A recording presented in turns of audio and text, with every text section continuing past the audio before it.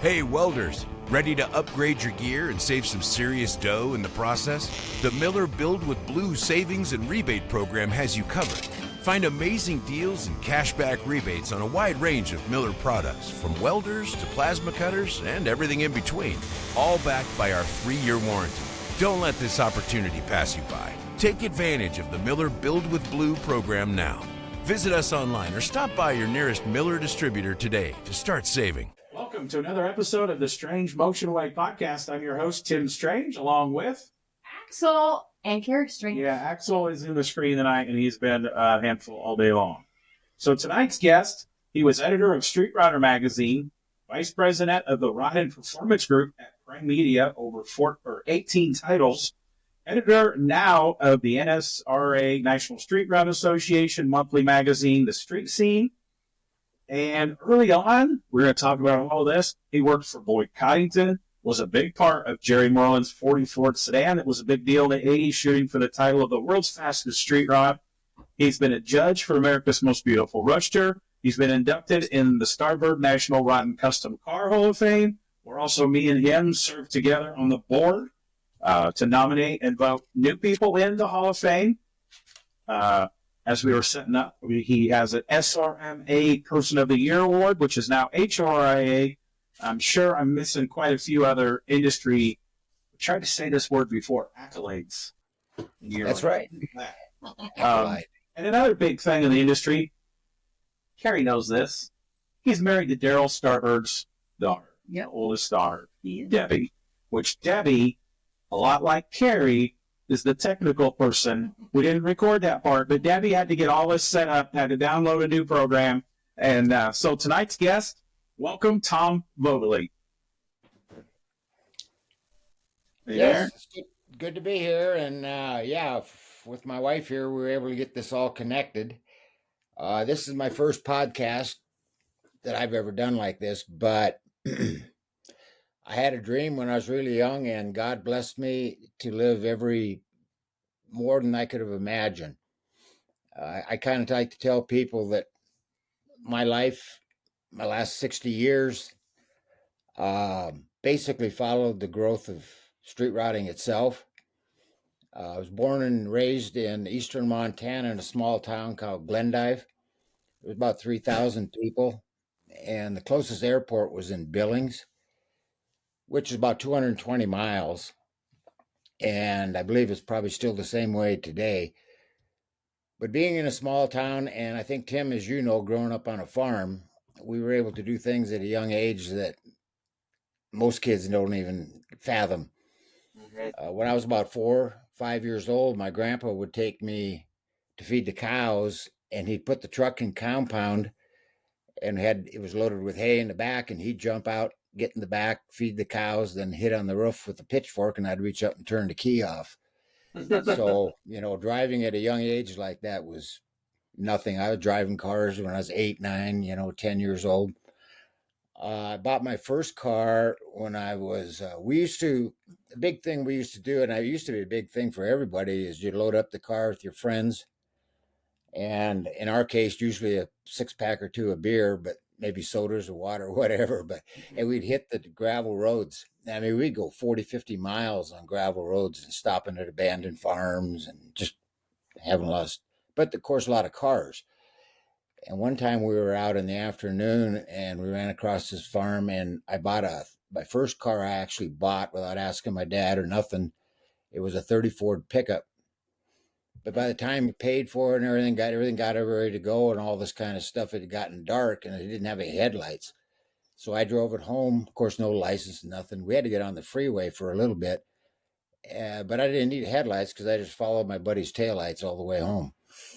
And then I bought a 37 Chevy Coupe, and it was one of those ones where the previous owner had put a wood box in it. So the big old... How old were you when you bought your first, the 30? How old were you then? 12. Okay. 12 years old. And then probably about 13 years old, I bought this 37 Chevy. And like I say, it had a wooden box in the back. So I took that out. I was able to find a deck lid for it. And at that time, those body styles were really popular in the gasser classes at drag racing. And my dad had a bunch of these old mechanical railroad jacks. They're got a gear on the side, and they're not too big, but they're manual, and you got to crank them up. And I wanted that gasser look for my Chevy, so I put one of those jacks on each side between the axle and the frame and jacked them up. Man, I instantly looked just like a race car. And I was going into town, and I went, there's a set of railroad tracks. I went across, and then on the passenger side, the jack popped out, and it almost flipped the car. But my dad, well, it'll come up a little bit later. And some things he told me, no, you can't do that. And on other things, he didn't say much. But he wasn't into cars. He was a farmer. And the input shaft on the 3-speed transmission in that 37 Chevy snapped in two. So I took it apart, took the shaft out, and he actually took it into town to every town had the welder. This guy could weld anything. And he welded it back together, had it ground down and stuff, brought it home to me. And I put it back in the car, and I thought, wow, that was pretty cool. But he didn't have anything to do with cars. So most of my time was spent with my grandpa and, irrigating alfalfa, then cutting alfalfa, then hauling alfalfa, all the mosquitoes and everything. I always tell people that hauling hay bales and mosquitoes are the two reasons I left Montana. Mhm. Because I give my dad a hard time because when I grew up on the farm in Illinois, and me and a handful of my buddies, we were for hire for all the area farmers, baling hay, stacking square bales. Now you go back home, they've all got these equipment that they either big round bale or the big square, and they don't have the cheap help, I guess we were, and there's just not enough young kid farm help available out there. A lot of the families, have moved away and stuff, so they had to get, expensive equipment to replace me and my buddies, is what we always tell them. So, yeah. Well, I was like maybe, through 4th, 5th, 6th, 7th, 8th grade, all that kind of stuff. I don't know how much I weighed or whatever, but hauling alfalfa bales, and they'd be a little bit wet. I mean, they weigh 100 pounds. Yeah. My dad, I think your dad was pretty big, Tim. At least that might be where you got your size. But my dad was about 6'6", about 250, and just solid muscle. His fingers are big around as the sausages. He actually worked at a local slaughterhouse, where they process beef and stuff like that. But then I also, being around my grandpa and everything, all of us kids, we all got a cow when we were real young. And then, of course, the cow has the calf, and the calf money goes into the life insurance account. You can't spend it. And, this went on for a number of years. But I ended up, with a little bit of, $500-600 in my savings account. And there was a guy that worked at a body shop in our town. And him and his wife were young, and they were having a baby, and he had to sell a car he was building. And I happened to be driving down an alley, and the garage door was open, and I saw it, and oh my God. At 14 years old, it was a 34.5 window, channeled, painted metallic green, had white Noghide interior with an Olds rocket engine in it. And I fell in love. And so we agreed, he sold to me for $400. Well, I went home and I told my dad I found his car and I'm going to buy it for $400. And he says, absolutely not. You don't even have a license or insurance and nothing. He said, no. So I went and got my money and I went and bought it. And man, I'll tell you, I didn't know what was going to happen when I got home, and he never said a word, not one word. And I had it till I got about, I guess probably must have been 15, because then I realized what a hassle it was going to be to get insurance and blah, blah, blah. And I started kind of liking girls and stuff. And I just needed something more versatile. So I traded it to a guy for a 58 Chevy Impala. And it was pretty cool. And the same guy, he ended up repainting it for me with a Cadillac Fire Mist paint. And I really was heavy into customizing then, because I took, on the 58, the front fender trim is real wide, but the rest of it goes down to a real nice point. So the big trick was to take the front fender strip off and then use that pointed one, turn it around, put it on the front fender. So it looked real clean and simple. And, little things like that. And then the 348 went out. So I put in a 389 Pontiac because I worked at my uncle's Buick and Pontiac dealership all through high school. And that was a real experience because we had a lot of rich farmers and stuff around. They'd come in, buy a brand new Bonneville or, Electra or whatever the heck it was from Pontiac or Buick. Brand new cars. They come in back a year later. You'd swear that they slid that thing on its belly all the way from when they were just beat to crap. But one of my biggest jobs is when they come new, you had to pay extra to get them undercoated. So I had to spray that black crap on it. Oh my God, it was a messy job. So was that you grew up on a farm and, working for my dad, I worked my butt off, but I never got paid. So was that your first paid job, was the dealership? No. When I was 13, I went to work at a place that was called the Runway Cafe. And we had 19-cent hamburgers and 19-cent fries. And, to cook a hamburger was no big deal. All the patties were made and everything. You just slap it on a grill and throw it together. But I had to get a ride there for my friend, and then my dad would come pick me up. And he kind of put the job thing together because he sold half sides of beef to this guy, and then he ground his own hamburger and cut his own steaks and all that stuff. But it was a great job. I could eat anything. I could have a malt anytime I wanted. I was cooking hamburgers left and right. The worst part was when you had to bread the fried chicken, and you had all that flour and egg and crap on your hand. My fingers would be that big around with breading and stuff. But and I was a big hero because I'd hand out a free bag of fries and hamburgers every now and then, and so the kids love that. I did not know that. Pardon? I said allegedly, or did your boss know that? Oh, he never said anything. So then I had the 58 Chevy, and I was working at my uncle's dealership. And then during that time, a guy traded in a 66 GTO. It was only 1 year old. And I ended up buying that. And it still had the paper mats in it, like new cars to keep your feet off the carpet. It was a sweetheart. And I never had anything like that. And so I had that GTO for a number of years. And all this time, I got hooked up with a guy who really kind of became my mentor. And he had a business that was called Self-Service Auto. And so what he did is he supplied the shop. He had a lift and a drain and all the tools. And he'd been a mechanic for his whole life. So he was one of them crusty old mechanics. He never bought anything. I remember one time the thermostat on his international pickup went out. So he just got one laying around. So he just took tin snips and cut it, so it would fit, put it in there, that type of stuff. So I learned a lot from him. And that international truck, what it was a pumper for septic tanks. So in the wintertime, he'd go out and pump people's septic tanks. Well, he couldn't leave it in outside because the shit in it would freeze. So he'd have to drive it into the shop every night and, let it thaw out and make sure it stayed warm and everything. So you can imagine what that smelled like in the mornings. But he allowed me to have a space in there because I could clean up. And I started building a race car. It was a 65 Le Mans, and I put quarter elliptic rear suspension in it and tube axle on the front and stuff. But that project really didn't go very far.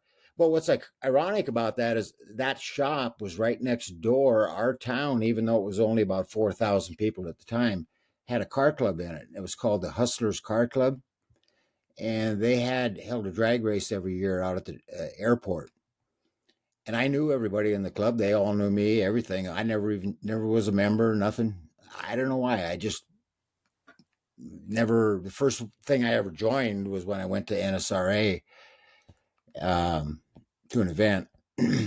But I've always been into this thing just for the cars, and I always wanted to be a car builder. So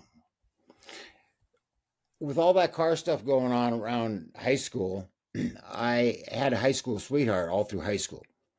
And then after we graduated, I would take her off, and she was a flag bearer, like for football games and stuff. And I'd drop her off at the football field. I didn't even go watch the football games. I never watched sports or nothing. My whole life has been nothing but cars. So I drop her off, and then I go cruise Main Street for about an hour, and I come back, pick her up. After high school, we got married at 19 and had 2 kids, a girl and a son. And I got a job working for a rural telephone company that had a military contract for a communication switching center that was a bomb-proof building that was built underground, and it was like 18 miles out in the country. And the first thing I got hired on to do was installation. And they got these great big cables, 2-3 inches around, and a jillion little cables inside it. Well, when you run them, there might be 50 of them, and they all go the same way. So you have to stack them perfectly, and you sew them with this wax twine. And of course, the job was to see who could make the prettiest bundles and stuff, Well, then after that lasted a couple of years, then we switched over to the maintenance contract. And that our facility, what we did is half of it was for personal phone communications for the military. The other half was for the program we used to have called NORAD SAGE, when they were flying jets up over Canada and over Russia to watch it for missiles and all that. So part of it was data and part of it was personal phone stuff. But I mean, we were hooked right directly to the Pentagon, and everything in the building pretty much was redundant. So like if something went out, another one would kick in and run it. But they figured out I had some mechanical talent. So we had like 10 teletype machines. So they sent me to teletype school in Chicago. It was really one of the first times I ever left the state. And I was there for 6 months learning how to repair teletypes. And What's a teletype? Man, yeah, teletype machine. Yeah, what is it? It's like a very early. It's like electric typewriter. Okay. Okay. And it, like when computers first came out, they used to load the information in the memory of it. They had card readers. You've probably seen them on stuff. And we had boxes and boxes of cards that we had to feed in. So if our memory went out, it took 8 hours to reload the memory with all these boxes of cards. Well, by the time I left, it was on magnetic tape, and it took like 20 seconds. But the teletype, basically just think of it as electronic or electric typewriter. And it does just like a typewriter. It just prints out page after page of, all kinds of forms and crap. But when you get inside of them, oh my God, there's clutches and everything. And like there's a series, I think there were 8 clutches that all have to release and do everything to get the right letter and the right timing and everything. Well, there's tolerances on them, like the latch levers is from 1,000s to 3,000s. No big deal. You measure it. Okay, that's good. But after you do that 8 times, if they all get on the loose side, they add up, and now it starts skipping letters and all this kind of. It's something I'd rather not think about. Yeah. Makes your head hurt. But the maintenance part of that job, I tell people, it was just like sitting around at home waiting for your TV to break down. But when it broke down, you needed to do something, to get it back up and running. But after about 10 years, and I had a shop, I built a nice shop behind our house at home, and I was working on cars at that time. But then after 10 years, car magazines? What's that? Were you reading car magazines all through this time? Yeah. That's what was so good about that. I'm going to ask some weird, awkward questions about that. Do you remember seeing Darryl Starbird in the magazines? Oh, yeah. Yeah. Did you ever think, someday I'm going to marry that guy's daughter? They had the grand finale. Deb and I'd laugh about that because they had the grand finale for the ISCA circuit one year at Vegas during SEMA. And when you go in the main door at SEMA, there's another door off to the right, and you go in, and it's another entrance to another part of that hall. They had it right there. And Deb and her sister Christy were at the door there. So I told her, I remember being there. So I know we probably saw each other, but She was just a skinny girl then. Okay. And Yeah, I was interrupting. Sorry. So. yeah, but I well, the one thing about military stuff and that is that on the first day of our honeymoon with my high school sweetheart, first day of the honeymoon, they came out with the lottery numbers for the draft. And so I eventually ended up having to go. What year was this? That was 69. Okay. 69, yeah. I was supposed to graduate in 68, but I got kicked out of a couple classes and I didn't have the credits. And my Why did you get kicked out of some classes? oh, well, one, I was telling a dirty joke and I didn't realize the teacher was standing behind me. And the other one, had a bunch of things written on my hand for a psychology test. I mean, these words were so long, I had to use my fingers. So I guess cheating. And school and I did not get along together. Matter of fact, my mom always used to remind me, she had a parent-teachers conference in the second grade, and the teacher told her, well, your son is going to do one or two things. He's either going to end up in prison, or whatever he decides to do, he's going to be very good at it. So luckily it went my way. Yeah.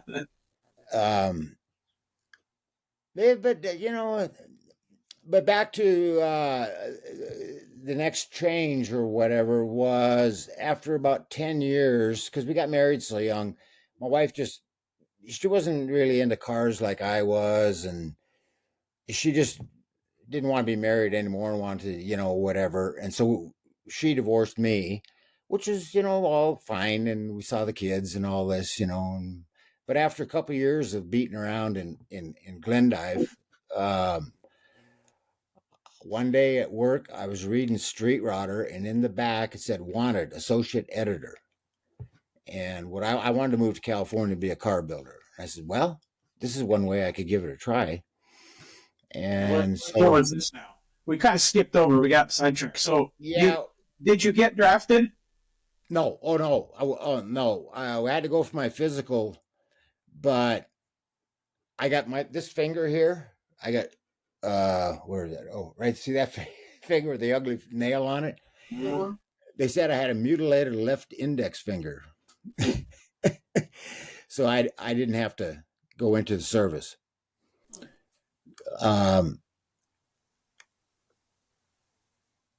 So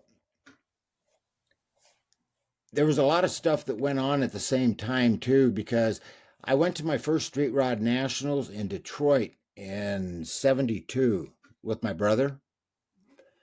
And that was the first time I ever really went. Was it the third year? Yeah.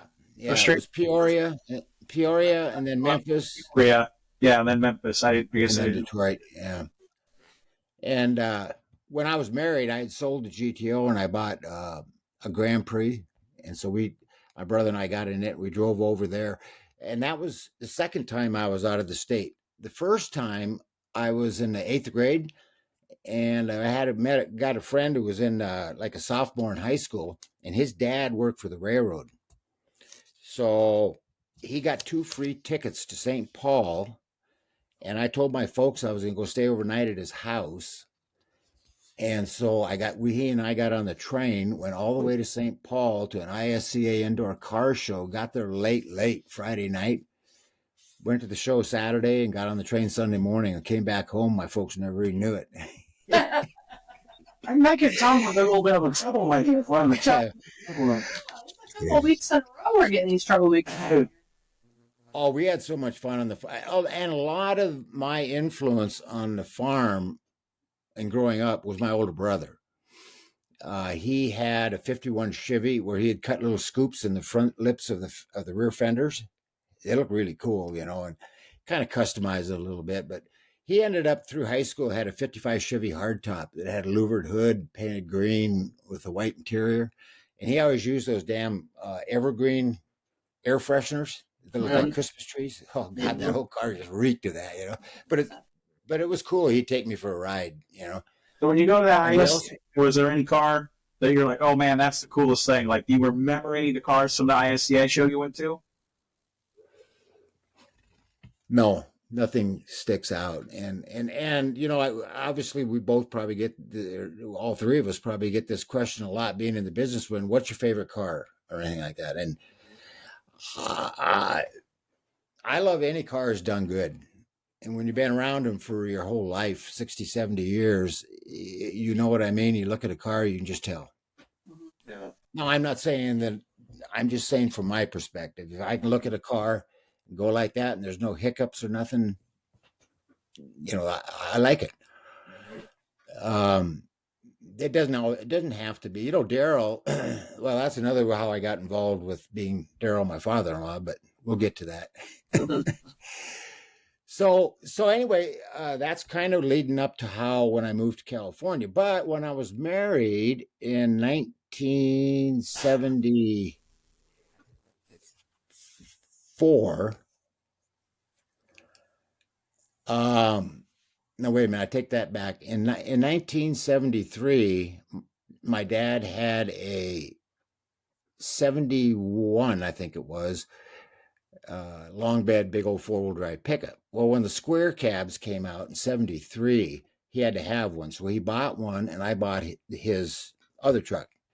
And I drove for a couple of years and it just wasn't right. And he got really mad at me because I went down and I found this old lady who had a 71 Chevy short bed stepside. And I traded her this big old 4-wheel drive 3/4 ton truck for this little and my dad was so pissed. He said, "You can't haul nothing in that thing, And well, it's in my garage right now and I'm working on it now. So I've owned it for 50 years. Oh, cool. And in 77, I drove it.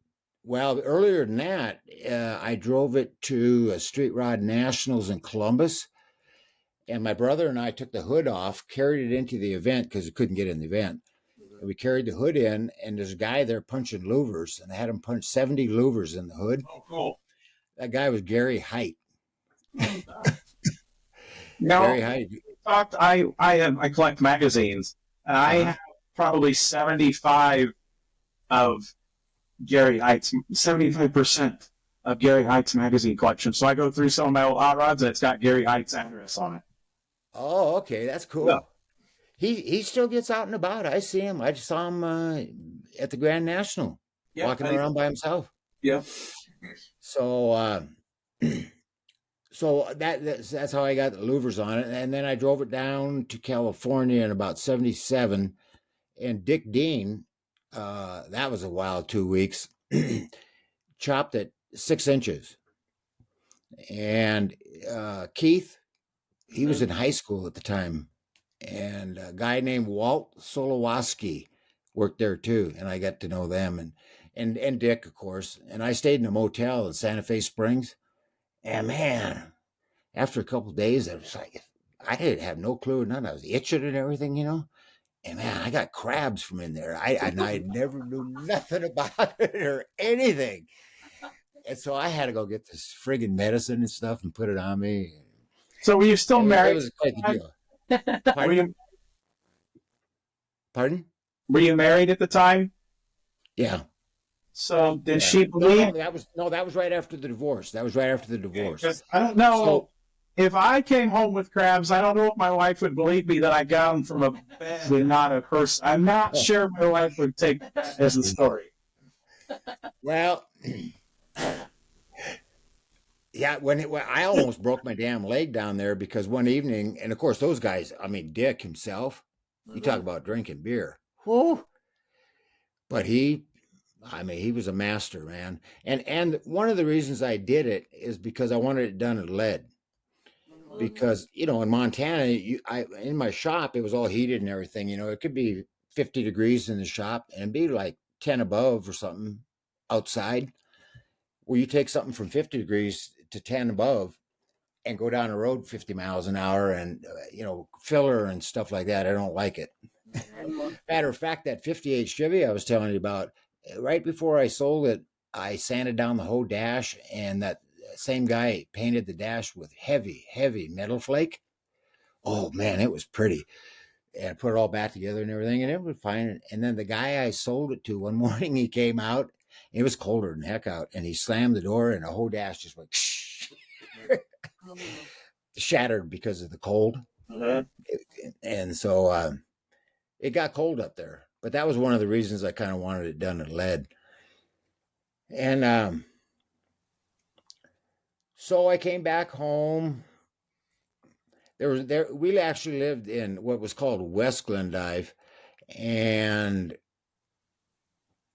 there's a bridge, there's a river that runs through, and then the bridge goes over, and it actually is Glendive. So to get to our farm, you always had to go across the bridge, And I remember in that chop truck in Glendive at my age and going across that bridge, and here comes my dad on the other side because it's like a 2-lane deal. He wouldn't even look at me. He just, but he never said anything, because I mean, for a town like Glendive, for a vehicle like that, because it's really hammered. And it's got 15 by 10-inch rims up front, so you can imagine. I mean, they're humongous tires, but it sits pretty low. So when you were out in California, you putting the feelers out because eventually you wanted to go out there and be a car builder? Were you like, hey man, anybody hiring out this way? Or no, I saw that ad in Street Rodder magazine. In the back, it said wanted associate editor of Street Rodder magazine. And I had been to St. Paul, the Street Rod Nationals there, and I had taken some pictures of cars because they had flowers planted in the boulevards and stuff. And so I just sent in, and Jeff Carter was the editor at that time. And I sent in a few pictures, and they said, well, I showed them to Tom, and he said that if you want to come down and work for 2 weeks for free, we'll see how it works out. So I decided to fly down there. I was still working at the phone company. I flew down there, and I don't know if you remember the name or not, but it was wild. I flew into Orange County, and a guy picked me up. His name was Bud Lang. Mm-hmm. Does that name ring a bell? Yeah. I mean, he was big into this stuff back in the 60s. He had this ratted out Camaro. I mean, there was the transmission cover was I don't know if it actually had a cover or whatever, but the floor was open. Exhaust fumes coming up, and this thing must have had a solid lifter, cam and headers on it. I mean, it was like, and I thought, oh wow. But I stayed in a motel right next door and worked for 2 weeks, and Tom took a liking to me and everything, said he'd hire me. So I went home and proceeded to pack up all my stuff and just move.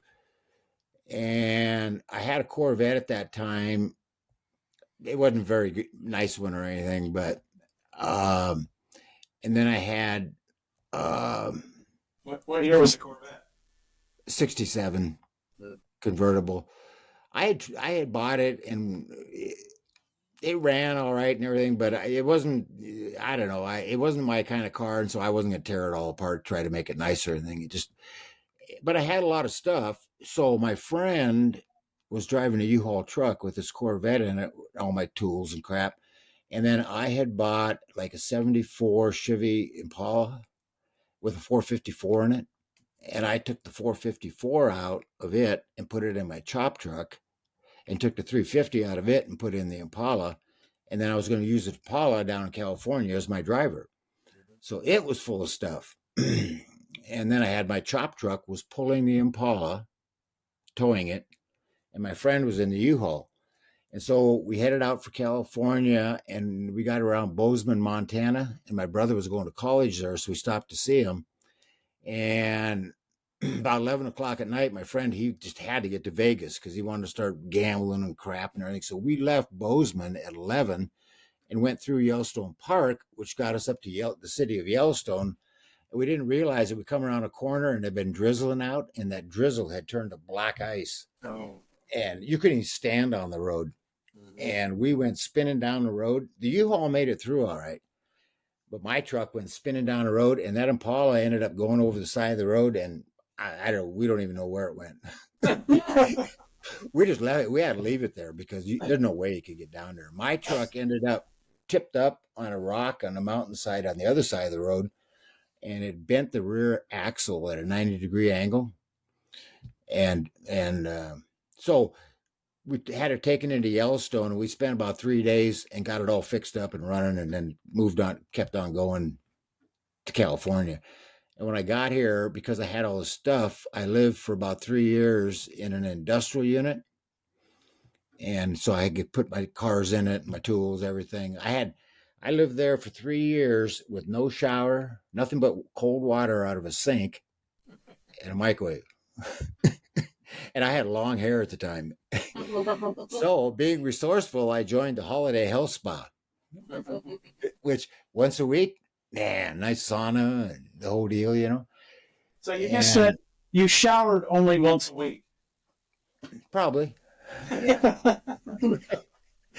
Nothing wrong with that. But I mean, I wasn't really doing a lot of, I mean, I was working at the magazine at the time, so it wasn't really physical work, I guess.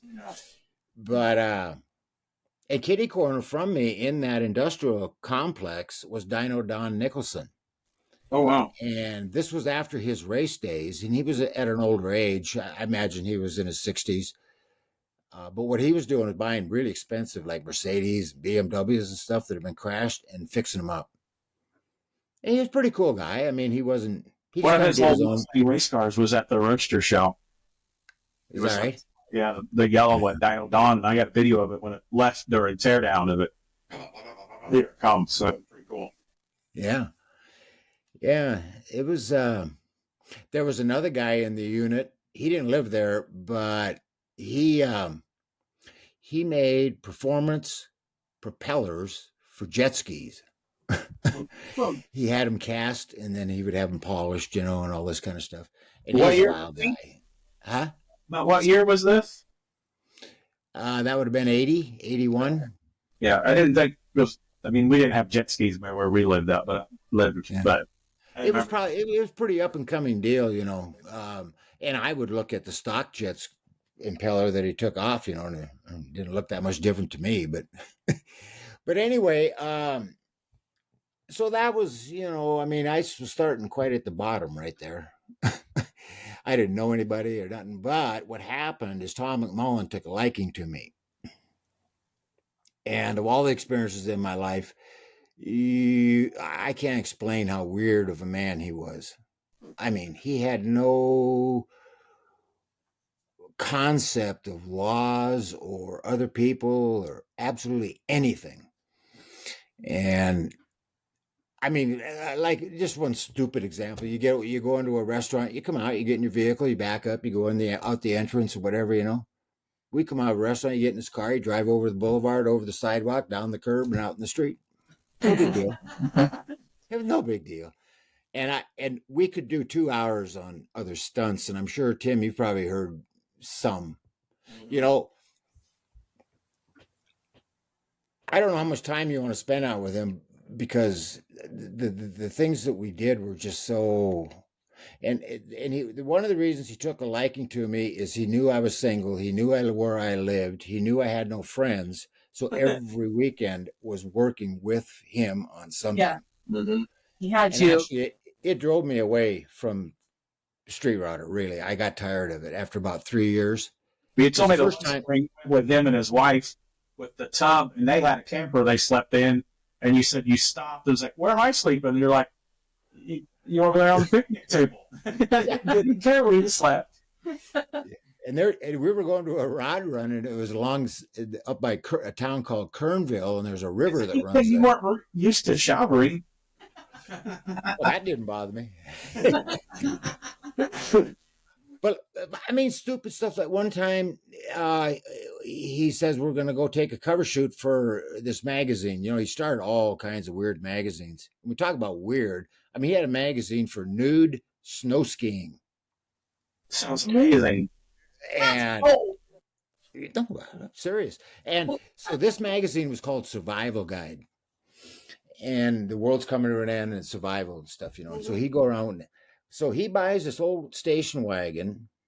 It's probably got about 10 illegal automatic machine guns and crap in the back of it that he brings with, and about 5-gallon cans full of gas. And he and I drive out into the desert, and we had about 4 photographer guys in their cars that followed us. We get out there, we park the car up on top of a hill, and then he gets like a tree branch and puts it in front of one tire. And if you move that branch, it's going to go down the hill. So it's sitting there, and he gets everybody back. He gets 4 photographers on the hillside, and he starts shooting at the car with these automatic weapons, and all of a sudden he hit one of them barrels, and it blew up. I mean, flames. I mean, it was quite an explosion. and he had one of the guys staged that ran over and kicked that tree, and that car took off down the hill. I mean, huge flames and everything. And these guys, click, click, click, click, click, you know, it got down to the bottom of the hill. The car was still flaming, not smoking, flaming. And he said, let's go. Come on, everybody going. We drove off. Hell, we were 10 miles away. You could still see the black smoke. Wow. But there was nothing out there. It was in the desert, you know. Yeah. And that made a cover. That was a cover for Survival Guide. What other magazines did he have? He started a chopper magazine before Street Runner, right? Correct, yeah. That was Tom. Well, Tom moved out here from Ohio. He had a 50 Ford, and he moved out here, and he went to work for Beckman Instruments. He was a pretty good wirer, and he wired a lot of street rods. But then he started AWE Chopper, and he was sending out, like they were kind of back in those days. I mean, we're talking 300-400 page catalogs. I mean, he was at the top of the game. And somehow he wanted to either, because he had built the 32 about that time, his Roadster. Yeah, I read something on that recently. Everybody thinks that, yeah, he had that before he actually started Street Runner magazine, right? Yeah. Because he raced it and some things too. Because it was on Hot Rod, like, what, 62 or something like that. And Street Runner didn't start till 70. But so there always was a question whether it was Tex Smith that gave Tom McMullen the idea or whether Tom McMullen went to Tex Smith with his idea. Mm-hmm. But it was the two of them that kind of came together that spun off trucking, and then quick after that, Street Rodder, off of their experience, off Tom's experience doing the catalog with the choppers, and Tex's experience with Hot Rod and the different places he had been. So that's how it all started. But when Tom died, that was quite the deal. I don't even know how it all ended up or whatever. But there were a number of people that said that they plane crash. Yeah, plane crash. Yeah. He always had his own jet, and he had experimental planes and stuff. I always remember that picture that he landed, like, I don't know, it was El Mirage around the desert or Bonneville or something. He had this cool little plane that he landed someplace. Yeah. I wasn't there or don't know anything, but I know the story. I mean, everybody around the offices knew it. But basically, he, during Speed Week, it wasn't bad enough that he landed a plane that close to all the people, but he landed it across the race course to put grooves in it. Oh. And he taxied it up to the pits and everything, threw the door open, and about 5 hookers come walking out on red carpet. I mean, I tell you, and I mean, there's a live cougar in the offices. They kept him in one office, but it smelled like cat piss all the time, in the office there. And my first event that I went to, we went to San Jose, and he had his tub there, and that brown one, it was a Phaeton. And it was him and Deanna and the t-shirt girl and then me. So we get up there, and they get me a motel room. I have a motel room, and the room right next door was Tom and Deanna and the other girl. And I thought, wow, that's just weird. I guess they're friends. Well, about the middle of the night, somebody's pounding on that door. The internet connects the 2 rooms, and it's a t-shirt girl. She wants to know if she can come in and sleep with me. Because she couldn't handle them anymore. So that whole aspect of Tom, Deanna, man, the worst thing she wanted to do is get me up and teach me how to swim in the swimming pool at their house. Yeah, it was crazy. Crazy times. Tom would always fly to all the events, and Deanna would have to drive. You remember that little yellow school bus that he built? Yeah, plane full of hookers. Huh? That's because he had the plane full of hookers. Yeah. Who knows, man? Who knows? Like one night we go into a biker bar that was over by the offices, and he said, "Wait a minute, I'm going to get ready. We're going to go have beer over at the biker bar." I don't think he ever drank beer, but he said we're going to go have a beer. So he comes back. He's all in a leather suit, brown leather suit, pants, everything. And we go over to this biker bar. So first of all, he sticks out like a sore thumb. So then he goes up and challenges the pool table, and he decides to shoot his pool all one-handed. So here he is shooting pool one-handed in a biker bar about midnight in a leather suit. I'm never going to get out of here. It was something, I'll tell you. But like I say, it was nonstop. When he built that big house in Anaheim Hills, we went out in the desert and he gathered up a bunch of high school kids. We went down into abandoned gold mines. They were so abandoned and filled with dirt that we had to shovel little openings we could squiggle through. And then you get in about 5 or 6 feet, you could stand up. And we'd go down in there, and they were iron ore carts that they had not taken out. And Tom had this new place, so him and Deanna were going to make their own mine. So our job was to cut these iron ore carts up with cutting torches. We had to carry all them bottles of crap down there, cut them up. Now think about that with all the gases and stuff that could have been in there. Hell, we could have got blown sky high. So we cut them all up. Then he enlists a whole bunch of high school kids, brings them out there. And when you're in the mine, you don't know if it's daytime or nighttime. He made these little backpacks for them, plywood, and the kids would crawl down in the mine, and then he'd put like one wheel on their back, strap it on, and they'd crawl back out until they had all that crap out of there. And trust me, those kids were working because he was feeding them something he shouldn't have been. So we get them all out, right? He calls them all back to his house. Then a guy named Jerry Dexter, who used to work around Street Rodder and at McMullen, he convinced me and him to take an adult education course on machining at a local college. Mm-hmm. So we take this course. Well, what we did for the whole semester was weld those carts back together with MIG welders. I mean, we were filling gaps. We were filling gaps so wide, it was pathetic. I mean, you had to, but that's all we did. There was no mechanics about it or machining about it. So it was always something like that. While they were doing that, he shows up at my place one morning with a dump truck and a trailer and this little tractor on the back. He says, "Yeah, we're going to go get some rocks for the mine. Come on." So he picks me up. We go up by Inglewood, and there's a big mine, a quarry up there. And we get there, and Deanna goes up and walks up to the gate because the gate was shut. I didn't think anything of it or nothing. She comes back, and she had something in her hand. It looked like a big pair of pliers or something. It was like a bolt cutter.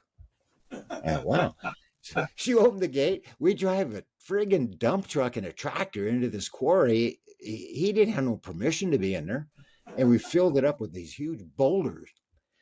And then took it over his house and dumped them up, and they spread them out along his... I mean, stuff like that. It really strange stuff. But like I said, it grew pretty old after a while. And so I met a guy. Before he passed away, how many magazine titles do you remember that they had at that time, McMullen Publishing? At the time that he passed? Yeah. Or when you over a dozen. Over a dozen. Okay. Do you remember what all those titles were? Quite a few. There's a lot of the offbeat ones, like he had one that was like how to make beer. Mm-hmm. The nude snow skiing. I never just off the. That's awesome. Just off the wall stuff, but the hardcore of the automotive or whatever, and the bike. The Street Rodder, the Street Chopper, trucking. Yeah, trucking, and then I think Kit Car Illustrated was there at that time. Because in Super Chevy, that wasn't McMullen, that was Argus, right? That was a different company. Yeah, I had a list of those when I was in like you mentioned, it was called the Street Rod and Performance Group. Mm-hmm. We had 18 titles, and I got them here somewhere. I'll read them off later, but we got to wrap up McMullen. Yeah. I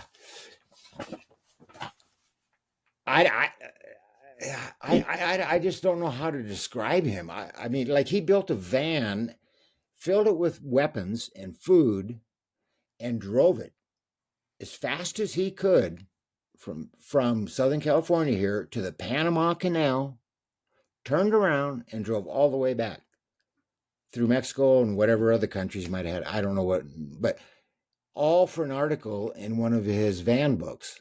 That's all it was for. I mean, you go into a foreign country like that with weapons and everything, if you got pulled over for something, let alone, and it was a lifted 4-wheel drive van that he drove. I don't know. So I had gotten good friends with a guy named Ron Wheeler. I don't know if you know him. He had a company called Bitchin Products. Okay. And they were the ones that were making steel firewalls and stuff. And he kind of took me in, I don't know, maybe like almost like a son or whatever, you know. And he was down in San Diego. And he worked for Halliburton, because that's when Halliburton was still down in San Diego. So he said, why don't you come down and work with us and do some ads for us? So I went down there for about 6 months and did ads for Halliburton for some of their stuff. And after about 6 months, it was like, oh, man, this ain't what I want to do. So I left, and I had left at home a 40 Ford pickup farm truck, and I had a 67 Chevy. And I got a set of Donnie McNeil's bolt-in engine mounts and wishbone splitting kit. And I flew home, and I took the engine out of the 67, and in a week's time, I put it in that 40 Ford pickup, and then while I was doing that, I got a call from Boyd Coddington to want to know if I wanted to come to work for him. And what had happened is he had another young guy that was there working with him. His name was Tim, I believe. Tim. Anyway, unfortunately, he got killed in a car wreck. So I said, well, yeah, I'm up in Montana right now or whatever. So the first time I went to Boyd's and actually saw him, we sat down and talked. And I drove this primer 40 Ford pickup up. I mean, I look like a Hokie from Muskogee, you know, but, and of course that then started that whole chapter. At that time, he was still in the shop by his house, right? Yeah. Yeah, it was basically a 3-car garage. It was a 2-car garage with kind of an add-on 1-car. Was he full-time, or was he still doing cars and working at Disney at that time?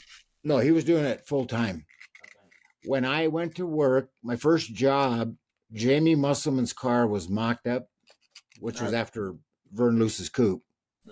But Jamie Musselman's car was mocked up, primered, fitted, everything, and my job was take everything apart and get it ready to go out for paint, chrome, whatever.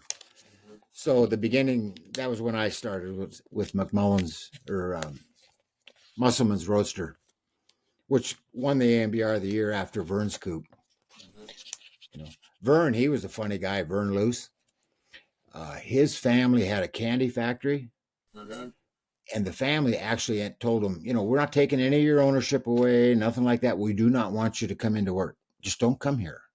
Because every time you do, all you do is screw things up. So he had this great big dresser motorcycle. Every day, like clockwork, he'd come by Boyd's.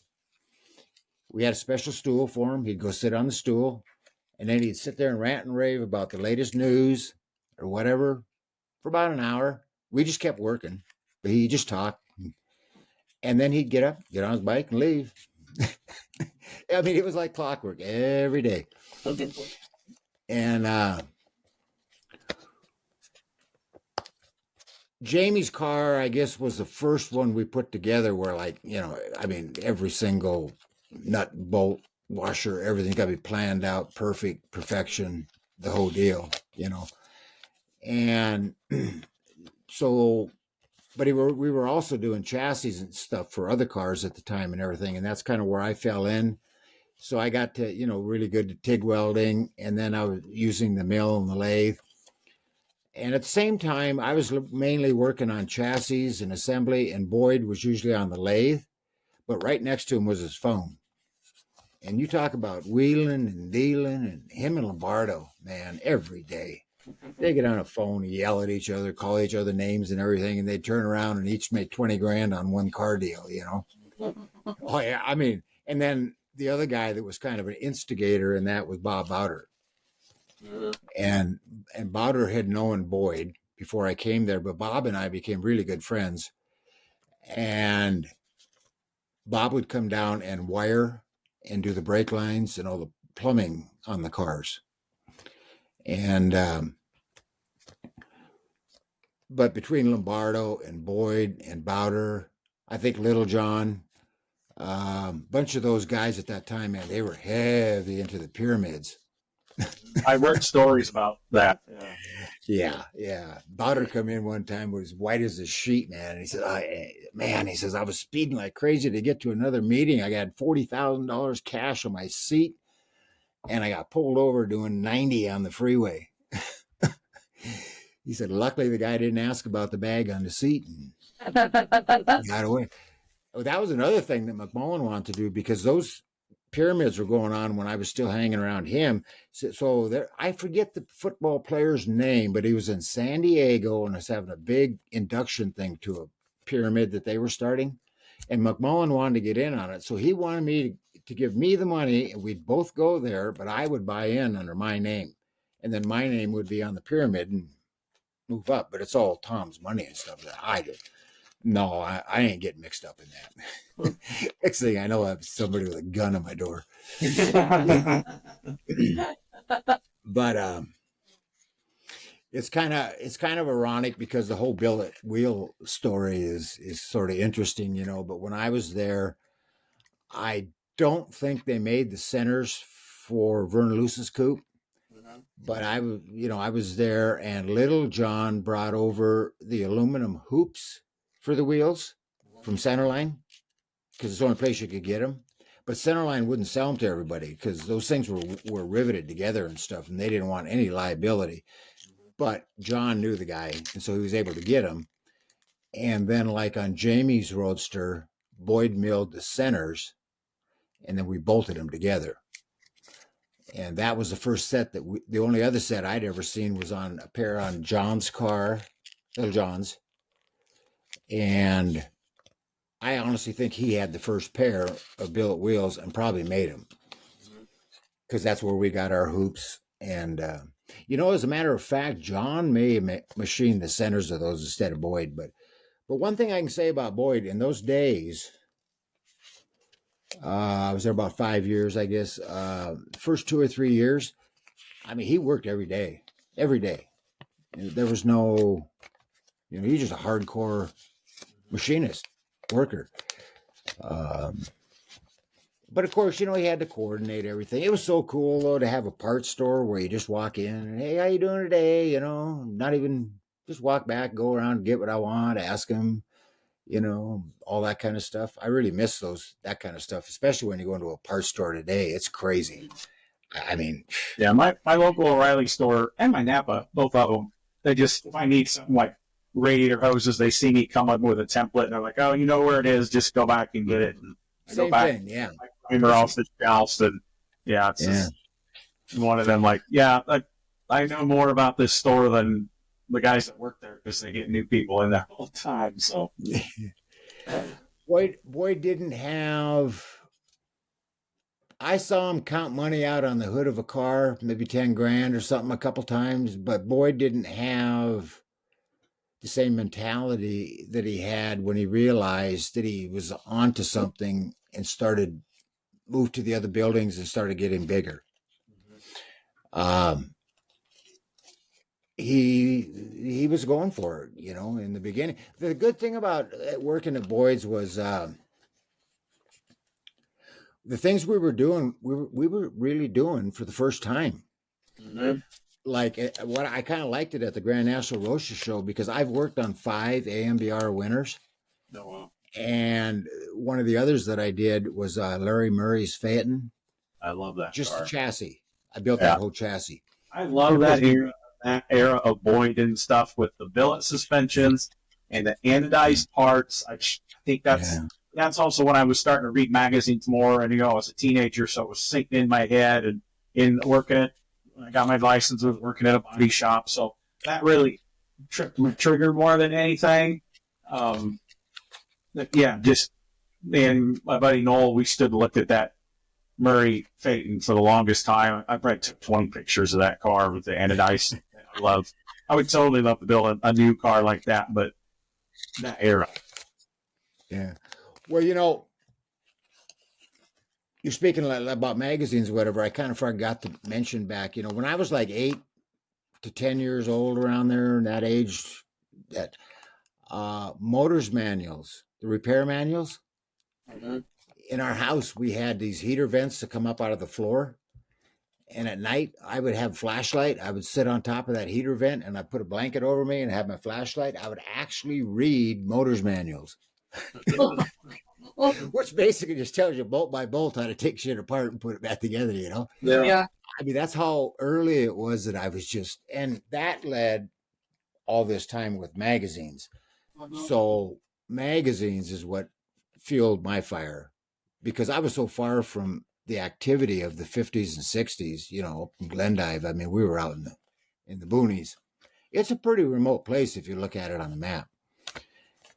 You know, and of course, it's not people say, you moved from Montana? Oh, it's so beautiful. Well, yeah, Yellowstone and Glacier over that way is, but where I'm from is all the Badlands and sagebrush, that kind of stuff. But back to Larry Murray's Phaeton, when I was talking about doing stuff for the first time, like, for example, the lower A-arms, well, the A-arms on the independent front suspension I cut those out of 1-inch thick aluminum. So, like, the lower ones are pretty big. I mean, that sheet of aluminum, I don't know, it must have been 2 by 3 feet or whatever, holding it up there on the bandsaw, cutting out the rough shape, and then, you know, finishing profiling. When we ended up finishing them off with hand file, you know, filing them. And then on the back, the frame rail stopped right about at the front tire. And then the quick Corvette center section was bolted in, and the half shafts. Well, the coilovers were behind the half shaft. So how the hell are you going to hook the coilovers? The frame stopped clear up here. So I built these extensions or tubes. They were probably 10 inches long. And so I put them on there. And to do it, I drilled through the cross member. So I welded here and I welded on both sides. I mean, they were strong, but not for all that weight. And so I put these great big wings, if you ever look underneath the back of that car, that went out and held it and supported it, you know. Just all kinds of stuff like that I look back now, like at Jamie Musselman's Roadster, the windshield posts on it.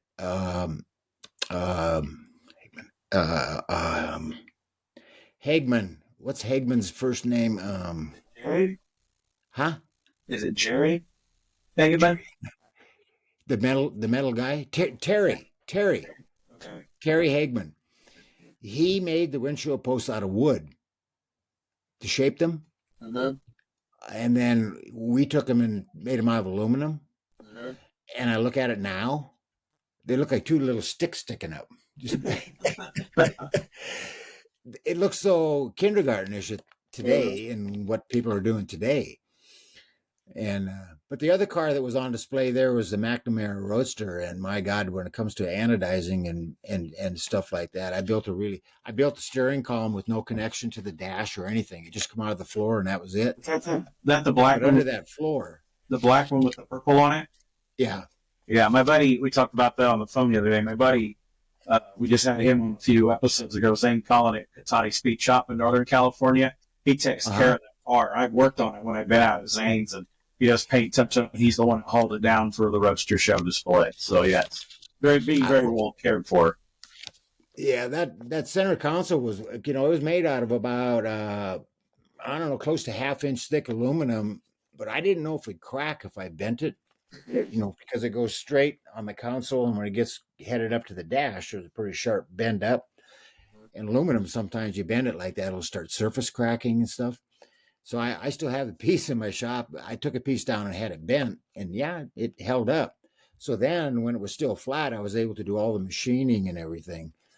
And I had put one of those speedometers out of an old Toronado that's a drum and it turns this way. And I had milled just a teardrop shape opening in it. So only the number on the drum would show. So it like roll past that window. And even the brake line clamps, I put this teardrop shape in. And you know on a mill how to do that, with a ball end mill. And you put the part in crooked. And then you cut down. And as you move away from it, if the part is crooked, it comes out and it looks like a teardrop. Uh-huh. But anyway, and then talk about anodizing. And then McNamara, I did that I think there was 44 of those designs, like in a 3-pattern design, 44 of them on each side of the brake rotors, the actual brake rotor. The brake line clamps that were on the side of them, and all that shit had to be purple anodized, brought back, and all the purple polished off, and the only thing that was left purple was inside that little teardrop shape. That was good stuff. But then and then Ermey's Golden Star, I mounted that overhead cam engine. He's got the motor mounts, and I put in the steering column. And did you know that car was built by a guy named Chauvin Emmons over in Phoenix? Those kind of track T cars, because it didn't have a frame. It's a unibody. So if you imagine the side of it, that T body comes down, and it has a roll pan. Yeah. It goes under. Mm-hmm. Then it's bent at a 90-degree angle, goes up like that, and bent in and welded back on itself. Oh. So it's like a sheet metal. This is gold hardware from Ermey's car. When they bunch of hardware gold plated, and they made duplicates so they could service the car in the future and everything. Wow. I got these. Sold it? No, I got these at the Webster show. So my friend Tina May, used to be Northrop. Yeah. I was say, I bet. In that car, and Ermey gave them a bunch of stuff. So they had a little bag of stuff that they were letting. Me and Zane got a handful of gold hardware from a 2-time AMBR winning car. You're like, you didn't know that was over there, did you? I didn't. It was just still sitting here from the Roadster show. It was like that was not planned at all. The hardware. No, I mean it's cool. It's you get to talking. I have a lot of NSRA members that call up. Excuse me. We get to talking, and I mean our world is a small world. Yeah. But anyway, Ermey was a character, man. I was working on that car, and I had little, work tickets. I'd always put down my hours. Mm-hmm. And, and I know a lot of builders out there might understand this, but I wasn't cheating my customers. But I could make a bracket. It would took me 10 hours. Mm-hmm. And I could bolt on the front fenders, running board, and the rear fenders in 2 hours. Mm-hmm. Well, guess where the money went? It went to bolting the fenders, the running board, and the rear fender on, because when the customer comes over, it's like, wow, it looks like something. Uh-huh. But if I showed him this little part that I just spent 10 hours on, he's going to go, yeah, right. I did that just to alleviate any issues. Well, Yeah. Ermey, I give him my... Bill's like that. What do you mean you've been block sanding for weeks? And sanding aluminum, you know how machining aluminum is. I probably got some kind of disease from all that aluminum that went in, WD-40 and sanding aluminum after you machine it. But Ermey comes walking up my driveway in his coveralls and everything, grumpy old guy, And I give him the thing for the work I had done at this point. Because that time, man, I was living paycheck by paycheck. I was just renting my house. After I left Boyd's, I went to a house that I rented, and it had like a 2.5-car garage. So this time you're working for yourself. You're not working at Boyd when you're working on these cars. You're working at your own place. Yeah. Well, what happened with Boyd was the first time I was at the magazine, from about 80 to 83, around in there, I met a girl and I got married a second time.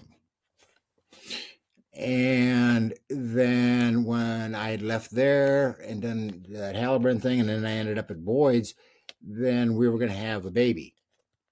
And Boyd was just pure cash. That's it.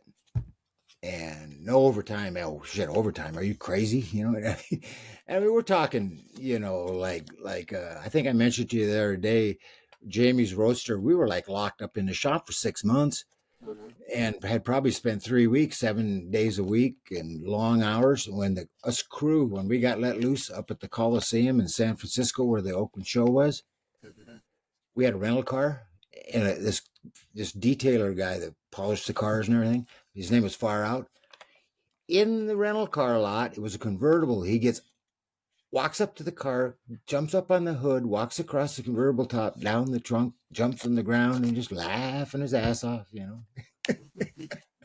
We were almost on the verge of being crazy.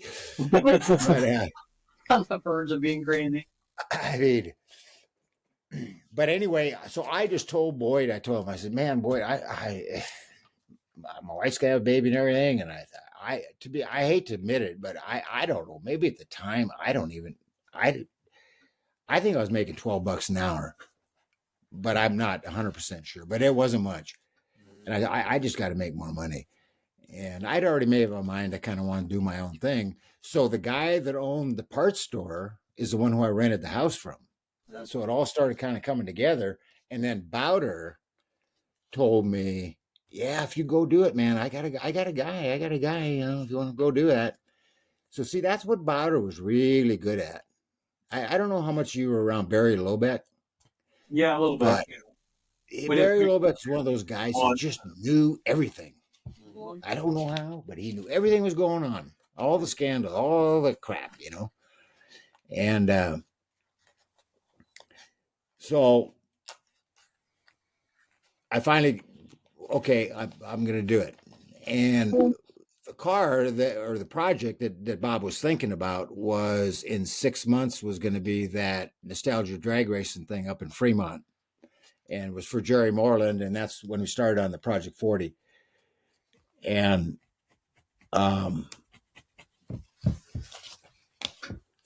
the car that we took apart still had the gunny sack in the trunk for the jack with a Ford script on it. I mean, This car was nice.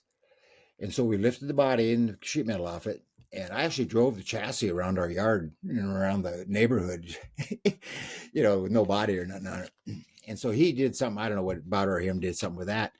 And so Bob handled Jerry, and then I just focused on putting all this shit in the car because it had, you know.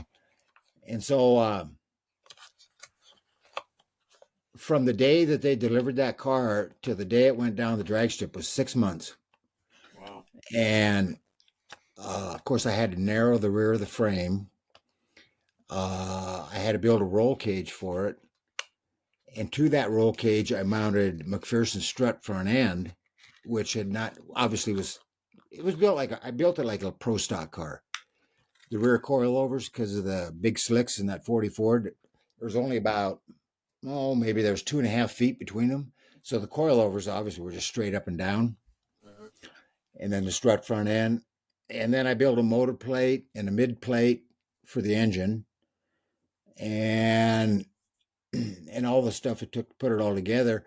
And then I took it down to Andy Alvarez, who was a really good painter. He painted it. Jerry took care of the engine as an assembly. And Jerry kind of took care of the braided hoses and all that for the fuel. Bob did the wiring and some of the trim. And yeah, I think I'd been up for 4 days solid when we went up to Fremont when we first raced. I mean, I was almost sick. And it did good. It did good. It could have done a lot better. First of all, the first year we took it up and we ran it, he insisted on putting a quick change in it. So it had the quick change rear end in it, but it had the 4-link. But it had never been on scales or anything. So they had never adjusted the preload on the 4-link on the rear end. So that car was so solid that what it was supposed to do, like a pro stock car, is lift up evenly and then set down nice. Well, this thing was so solid and there was no preload in the 4-link and the rear coilover springs were a little soft. The whole car kind of rolled over because it was all interconnected with the front motor plate, a mid plate, a roll cage. I mean, that body wasn't going anywhere. And it really pissed me off because Gray Baskerville, made a comment in Hot Rod when they ran a picture of it that the body was twisting so bad. That upset me because no, the whole car was tipping, the whole car was rolling over, you know. So the next year, after that, then Jerry said he wanted to take the quick change out, and so I put a Ford 9-inch in it. But the same thing, he didn't test it, and so right before he decided to sell it, he had a good friend. Do you remember the name Sonny Bryant? Mm-hmm. Big name in crankshafts and in pro stock drag racing. Well, he had a guy that worked for him. His name was Dave. His name was Dave. He was good, like with scales and setting up cars, and he did a little work on the 4-link, and it did pretty good. But before Jerry ended up selling it, he took it to another guy, and that guy said, "Well, first of all, the springs are too soft," so he put stiffer springs in it. And then he said, "Now I'll set the load." Because, the preload is, well, you know what that's about, what's it about, is you want the car to be kind of twisted this way. So all that torque, when you take off, it'll go it'll twist the car back to center. And you can do that. That's why they put them nuts on those bars and everything, is to put that weight in there. Yep. Well, he adjusted that probably more proper, and he put the stiffer springs in. And Jerry did about 5 burnouts just in an alley. But he said the front of the car just came up as even as could be and set right back down, which was a shame because it could have run a lot faster. But, how fast did the car run? 938, 150, which aerodynamically 150 is, doesn't take much to, and of course, between Gray Baskerville and, Fat Jack has got this halo around him, and he was heavy into the Fat Attack, and he had his 46 Ford there that they crashed. That was kind of like a big controversy, right there. Not controversy that he crashed, but a big shootout between those two cars.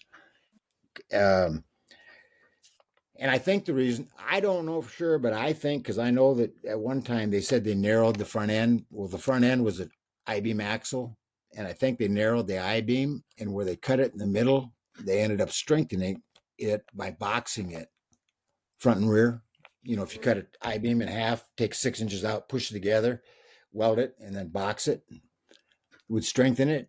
But the problem is those axles are designed and made to twist. Yeah.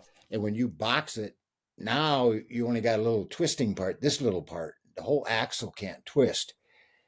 And they think it might have snapped. But it did a number on it. But luckily it didn't get hurt.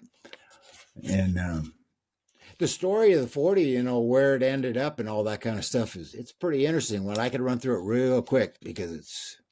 Okay. Did you know anything about the story? I read about it because once it was restored, it was in Rutter's Journal, but I didn't have time to dig out my Rutter's Journal. Yeah. Well, in essence, Jerry took the engine out and he sold it to Dave Geiger, who's in Indiana. And Dave put another big block in it. He actually drove it to the Nats North a couple times. And then he decided he was going to sell it. And so he had it on consignment in a muscle car dealership in Chicago. And one day the feds came, put a padlock on the door, and took the guy away. Oh, wow. And apparently it was all tax deal.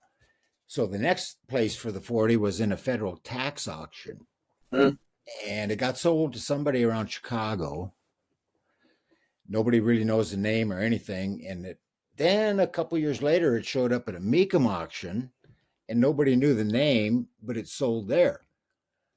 Well, this guy named Scott Lorenzini, who was 10 years old and watched it racing at Fremont, his dad has been into cars, and he knew Pete and Boyd and Chuck and all them guys, saw it on the internet. And it was in the showroom of a foreign car dealership in Fargo, North Dakota, sitting in the showroom. And he called him up, wanted to know if they'd sell it. He offered him some money for it, and wasn't much. And yeah, so he bought it, brought it back to California, and then they put all the like period correct pieces back on it and got it going. And he had it for a number of years, but he ended up selling it. But he said he loved the car and everything. But he said the problem with it, every time I went somewhere, it was like just this major experience. I mean, it was just, it was loud. It was, yeah, it was just, everything was a job experience. It was just too much. So he sold it. Yeah, well, yeah, to say it was streetable, it had all the stuff, but so he sold it to a guy in Oregon that has a CNC machining shop. And he was telling me, yeah, I got a few cars and stuff, He says, I got some Chevys and Camaros and stuff. And, but I bought this 40 car because I just always liked that car. And I asked him what kind of work he does. He CNC surgical instruments. So, but he said he's driven it up into Washington a couple times for a couple car events. So it's in good hands. Yeah, cool.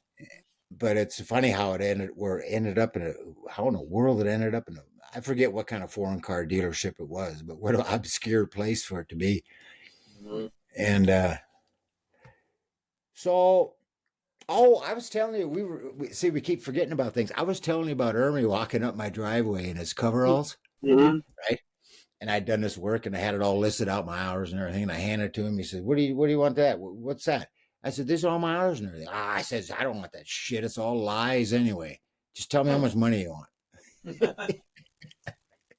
He's a grumpy guy, man.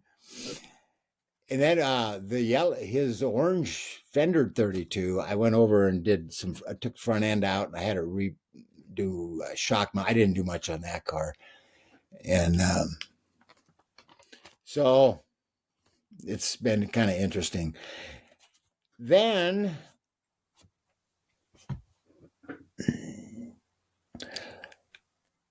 I did about 5 or 6 other cars, nothing real predominant or whatever, pretty cool stuff.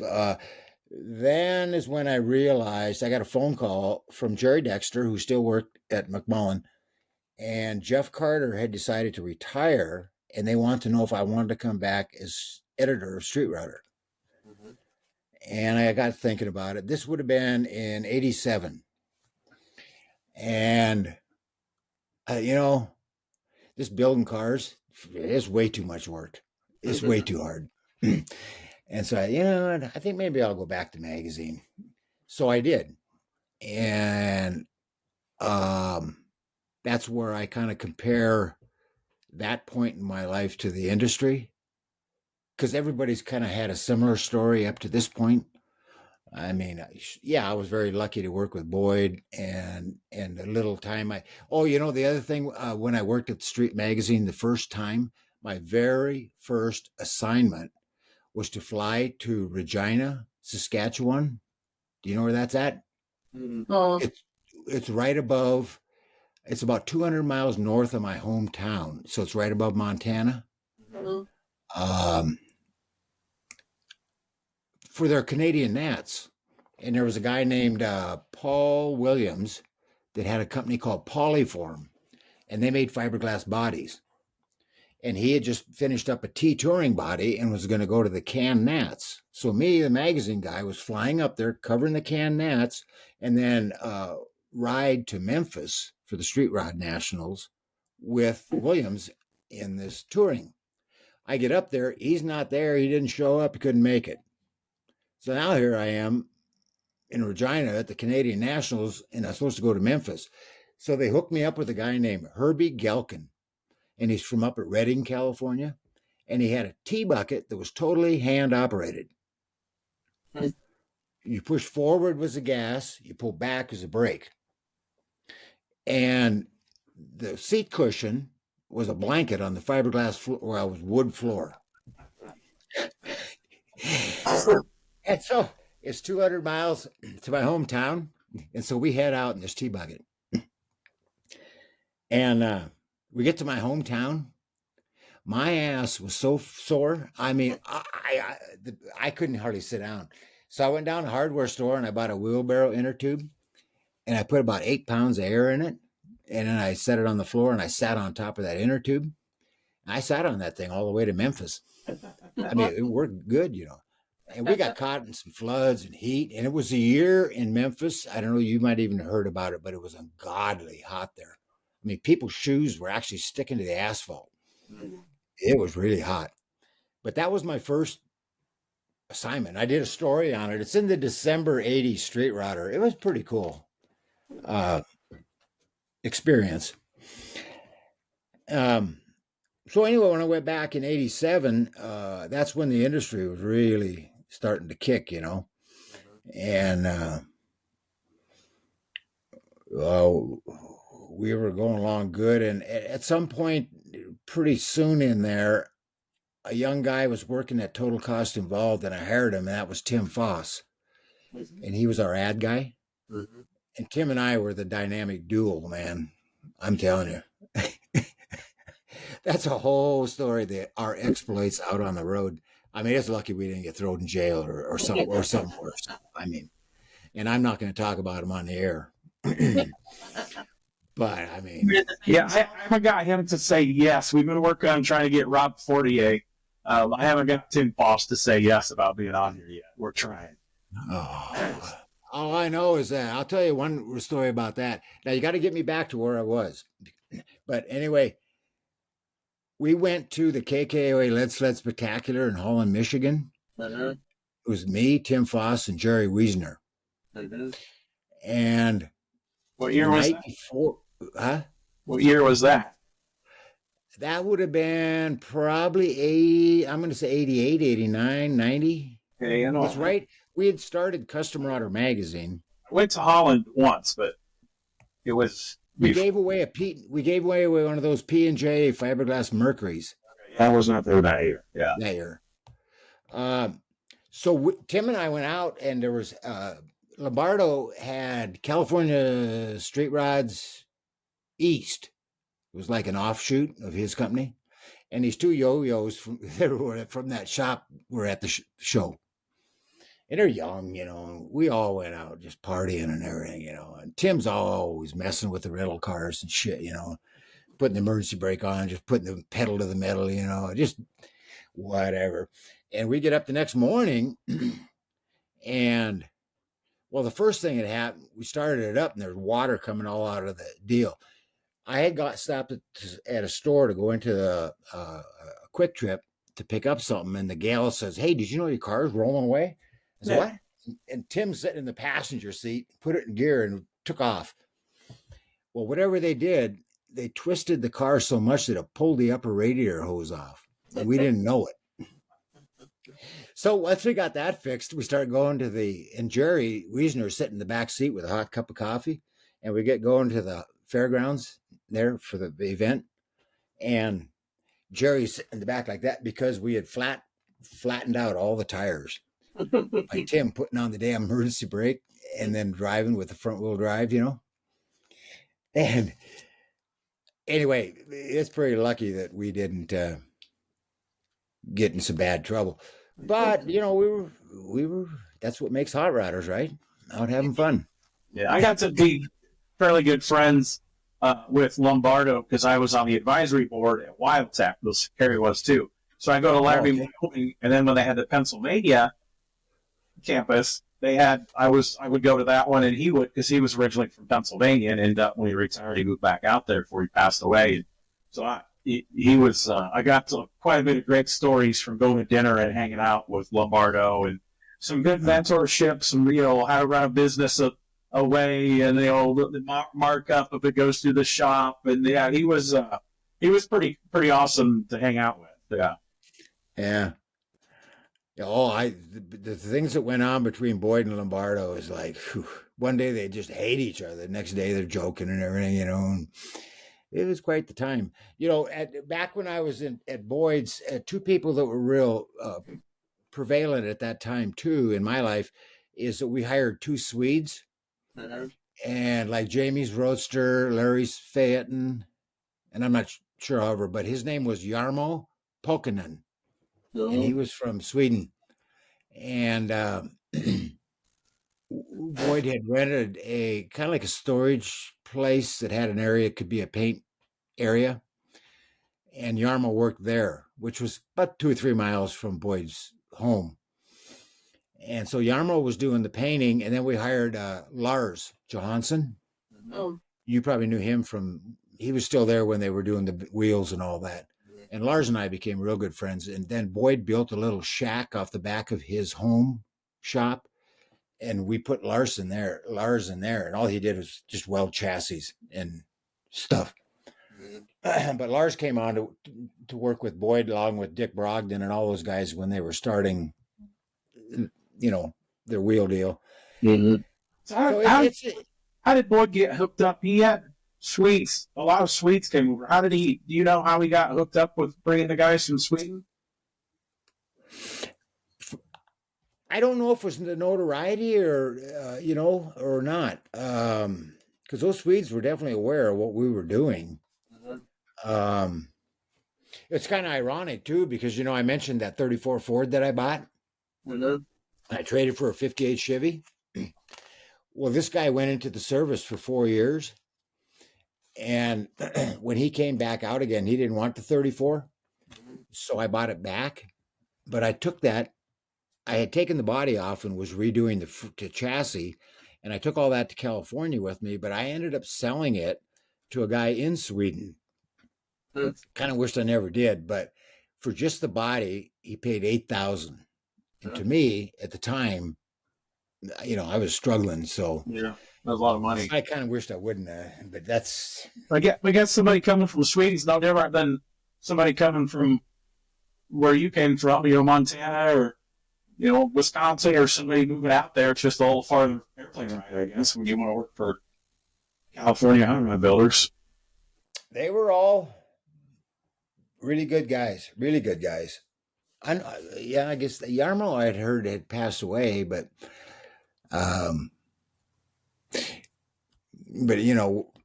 back. So we're going back now to like '87, which is when I went back to the magazine, and so we're doing custom router or street router for a while, and Tim had hired on, and we then decided the future is going to be to show people how to build customs by building a complete car.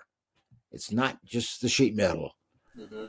And that was a germ of the idea to start Custom Router. And Jerry Wiesner, he and I, we never battled, but we went back and forth quite a bit of him covering the nostalgic custom, what most people think of, and me trying to push the ad department and the idea of you got to do the brakes, the engine, the frame to make a complete car and everything to go along with the custom.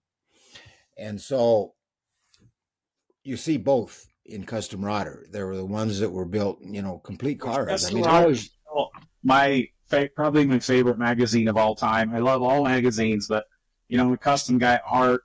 That's when I was building my '54 Chevy. And of course, when I got it done with a lot of cars we built, I was treated very well in Custom Router. I was drawn into the cartoon with Dave Bell a couple of times. I remember the first Let's KKOA shows, we took our purple '54 to. We got a picture on the judging day. We was cleaning, and Wiesner took a picture like a ways away, and me looking up out of the engine compartment cleaning that. And I still share it on social media every once in a while. And Wiesner posted, "Here's Tim Strange with his radical whatever 54 Pro Street." It was chopped and two chassis and Pro Street, the whole deal. And he goes, "Tim's only 23 years of age, and we expect great things from him in the future." I thought that was the coolest thing to be it was a colored picture and him to do that. Yeah. Well, that car represented the epitome of what we were trying to do with Custom Router. Mm-hmm. But we couldn't get the advertisers to buy in. We were a little bit early. And in that sense, it wasn't necessarily financially a big part of our group. But both Jerry and I loved it and everything. And so it went on. And now an interesting thing about that. So we're doing Street Router and Custom Router. And Art Morrison, because Tim and I used to go out on the road a lot and went to shops and stuff. I'd go in and do the editorial, now that we got them all buttered up, then Tim would be doing his ad sales on the other side. I mean, it was perfect. We weren't doing editorial for ads. We were just doing editorial, and then the ads come along.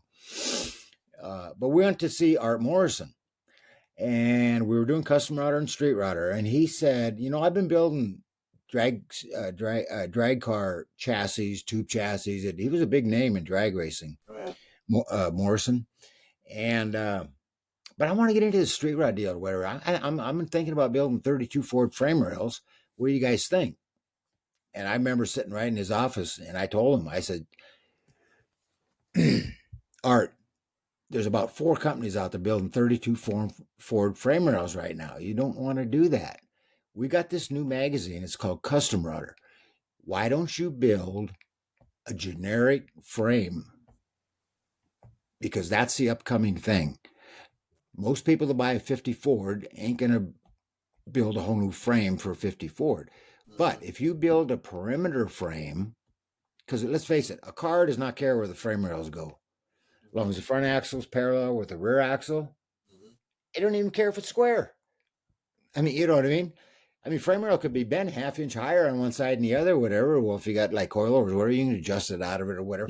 Anyway, but to do it right, just build a perimeter frame, and then you can do your chassis and your stuff, and then you can add the body mounts, or the buyer can add the body mounts, and you'll be building frames that are going to go under 57 DeSoto's and God knows what. Well, look what he did. He didn't build 32 frames, and that's the essence of his whole program. His first one was for a 55 Chevy, I think, wasn't it? The personal, that blue and white one, or did they do a Corvette? I remember Corvette was pretty early when they made the bolt-on chassis. Yeah, I'm not sure. I'm not sure which one. I think he did a bolt-on chassis, but if you were a serious customer and called him, he probably started doing the off-breed ones that way. You know what I'm saying? And but man, and so like I say, your car and others that we were trying to run in there was trying to show that a car is a complete car. And because one of the things that always used to bug me is a beautiful, beautiful custom, and you walk up and you look at the whiskers on the roll-up door windows. You look a little further and there's white and gray primer and shit down in the door. I hate that. If you can take a flat black and just go yeah, but anyway. Remember that 54 we were at, it was the Custom Cats for America. It was Michigan. We borrowed my dad's buddy's Bronco. We pulled it up there. And I remember we didn't get anything, but we got shot for a magazine there that weekend. I still give him a hard time. We talked to Fortier. He kind of blew us off. You don't remember it this way. And then we had Harley Koopman shoot it. He was a freelance, and so pay him for the pictures and stuff like that. And during the photo shoot, Fortier walks up. He says, "What are you doing having him shoot the car?" I go, "Well, you kind of blew me off." And says that he's going to shoot it for Custom Router. He goes, "Well, I should have shot it for Custom Router. Would have saved the magazine some money." I go, "Well, you didn't." I still get Fortier our time about that. But I remember we had it there. That was it was a custom, but it was a Pro Street and a little bit of street rod, so it had tweed interior in it. And I remember we had at least a handful of those old traditional tuck and roll guys. They're like, "What is that material that you used on the interior?" Like, they were such traditional old school lead sled people. They didn't even know what tweed was in 1993 here or whatever. Yeah. Yeah, it's I was just looking for one thing here real quick. Oh,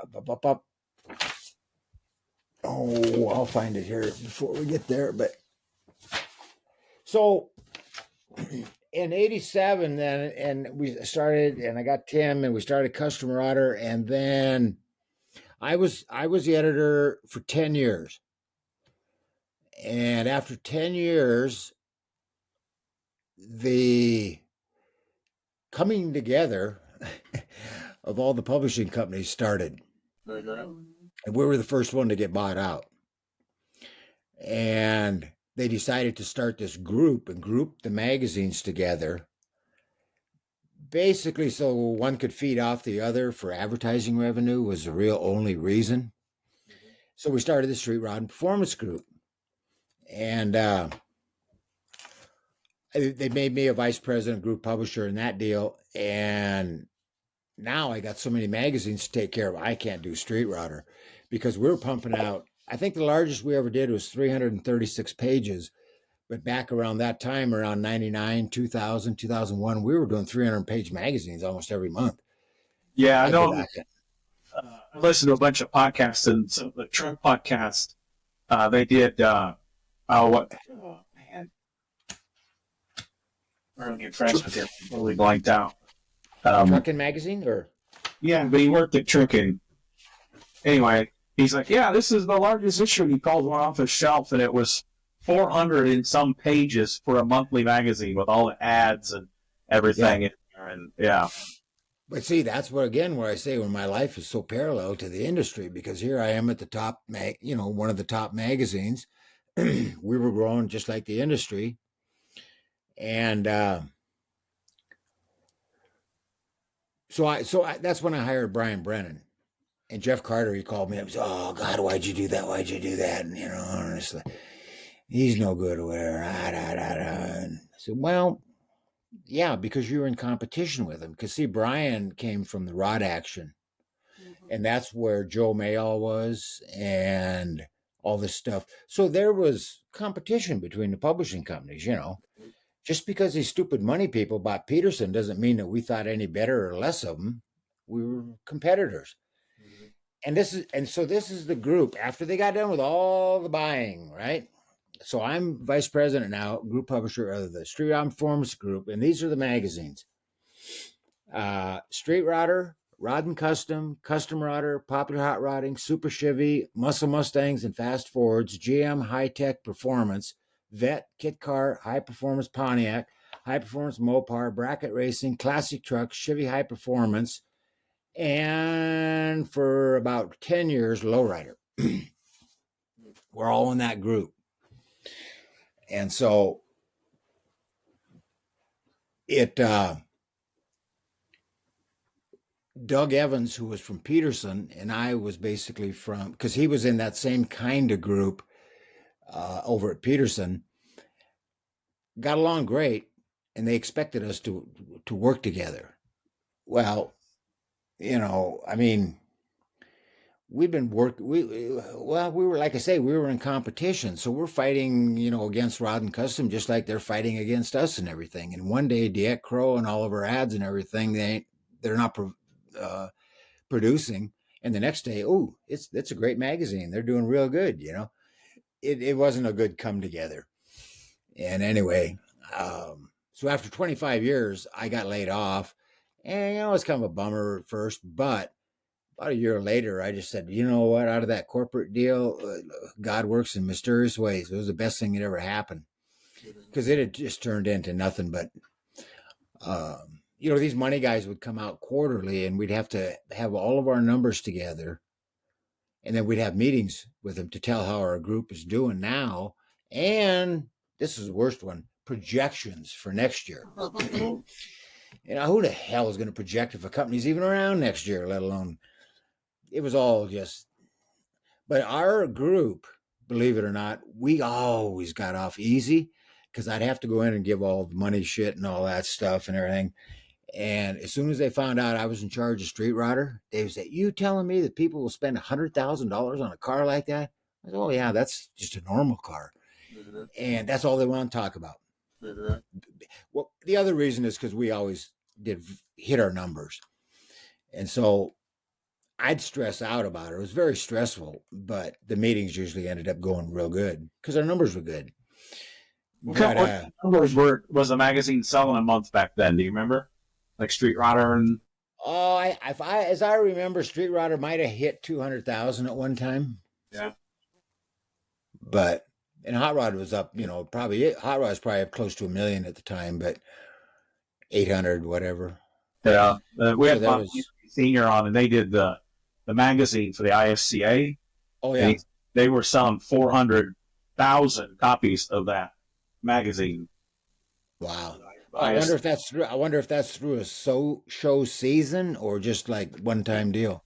Yeah, I think it was the show season because they did one for the show season, and they had some like I have obviously in my collection, the East one and the West one, but they were the same covers and everything. So I think that was the printing for the season that they sold out. They didn't do one each month. They did. Here's 1975, and here's 1982, and yeah. Well, it was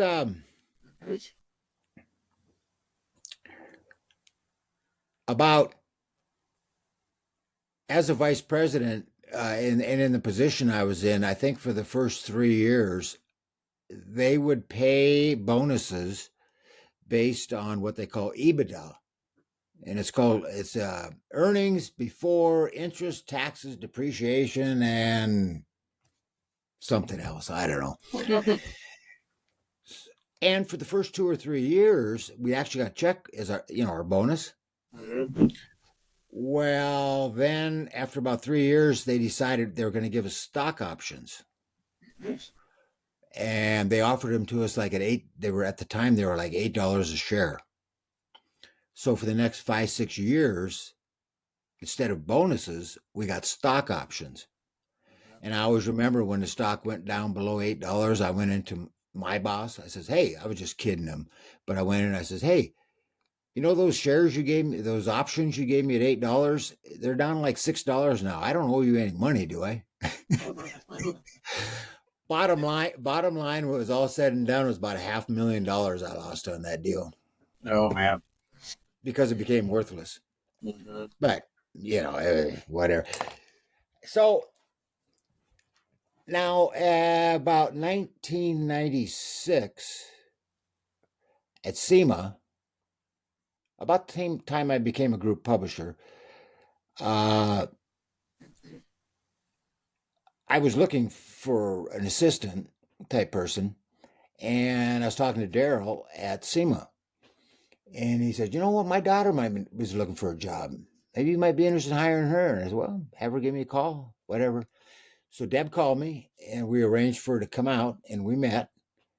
And she agreed that she would take the job because she had to move, to California. She'd never been here. She had one real good friend here. But, I mean, this was a major move for her, just like it was for me with her 2 boys. And she came to work. And within the first few days of her being there, I got in a car wreck, and I was out for a couple months. I rolled my pickup and I shattered my sternum, and oh my God, that really hurt. And it took a while to heal. Well, here's poor Deb. She come to work. Nobody knew what she was supposed to do or not. I mean, she's sitting in the hallway all that while I was out. Yeah. Looking, and I told her, just look through old street routers. Just go through old street routers, look through it. So when I got back, I moved her into the office next to me, and she became my assistant. And she, from that point on, without her, I don't think I could have done all this. I certainly wouldn't have been able to do it as well as I feel I did. I mean, and that, I guess, we were married in 2005. So leading up to that, and especially since 2005, it has been 24/7. Absolutely everything we do together. So I want to know what the conversation was when you called Darryl Starbird, and one, that I'm dating your daughter, but then when you were marrying his daughter, what kind of conversation would that be? Well, he's the one that sent her out. And,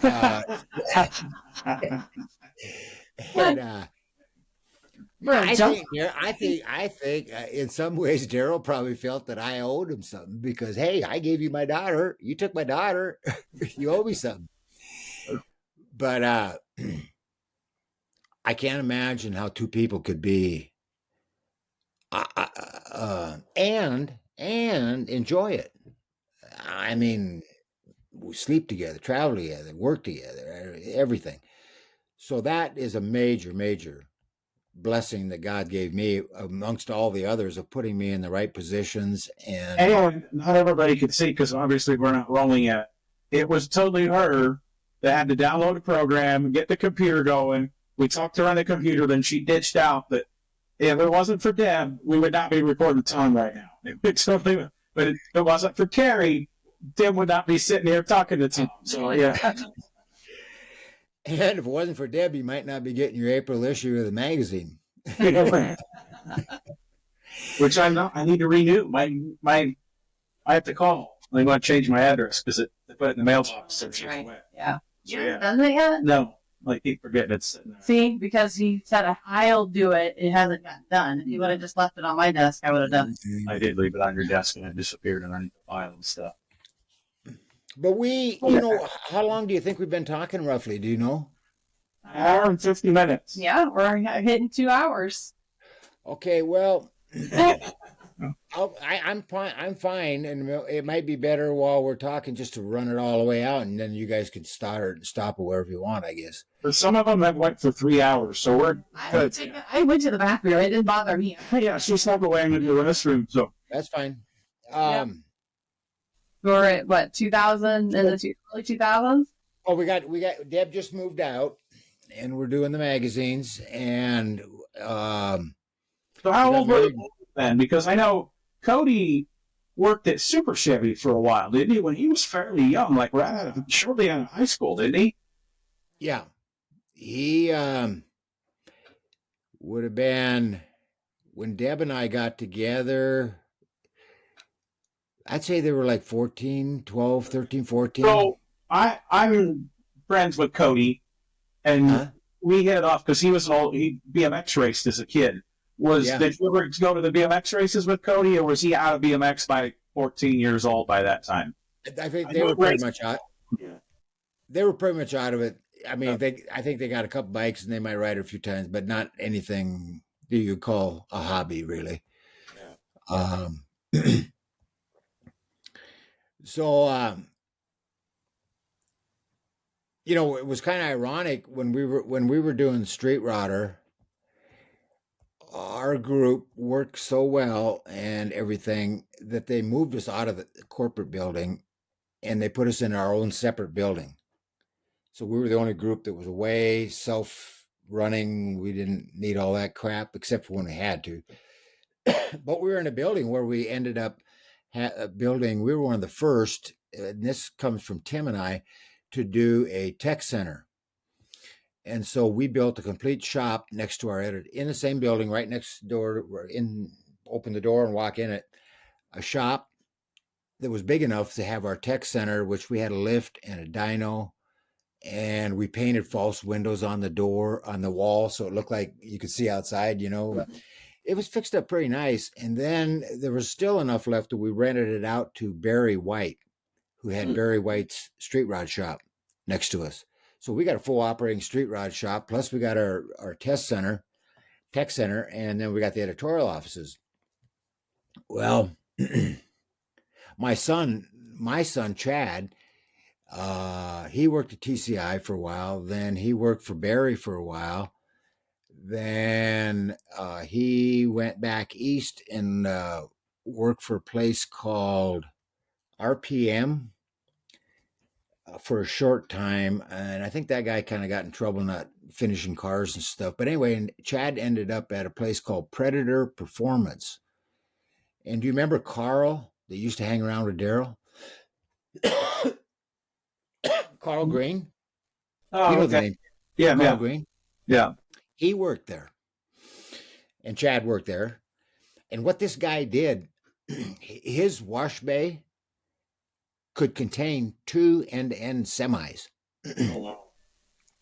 His air compressor system for the shop was like these big, I don't know, I've never seen anything like they were turbines operated things. I mean, they're everything deluxe. And what this guy did is he imported dairy products that you used to make mayonnaise and cheese and all that kind of stuff.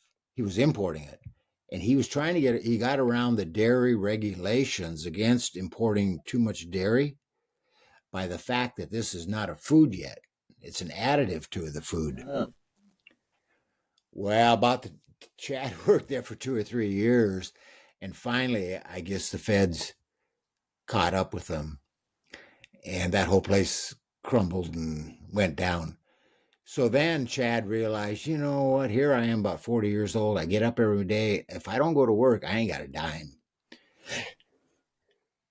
So to make a long story short, he moved back to our hometown in Glendive, bought my parents' farm, and went to work for the railroad.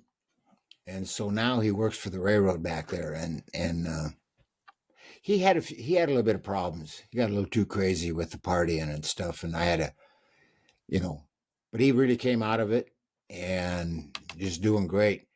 Cody, has his own shop now. He's doing great. That was a tough love deal there, where Cody started out in my shop down here, and wanted to make a living out of it and everything. And after about 3 years, we finally got to the point, and we sat him. I talked to Deb about it first, but I just said, Cody, if you're serious about this, number one, you got to get your own shop. I mean, you got to realize what the expenses are involved in it.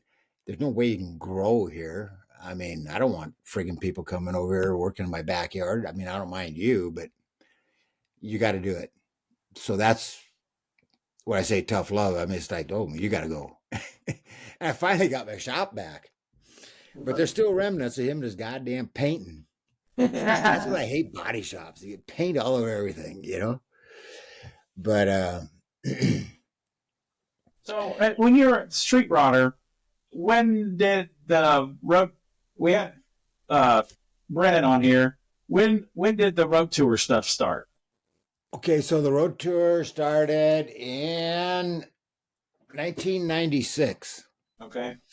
And that came about, Tim and I had kind of talked about the idea, and then I'm thinking it was a PRI in Indy, because I remember it was wintry and it was cold as hell. We walked about a half a block down to some sandwich place or whatever. I almost froze to death. I mean, it was that cold. PRI sometimes, yeah. Yeah, and it was Barry Lobeck and Jerry Dixie and Tim and I. We all sat down and hatched out how this could happen.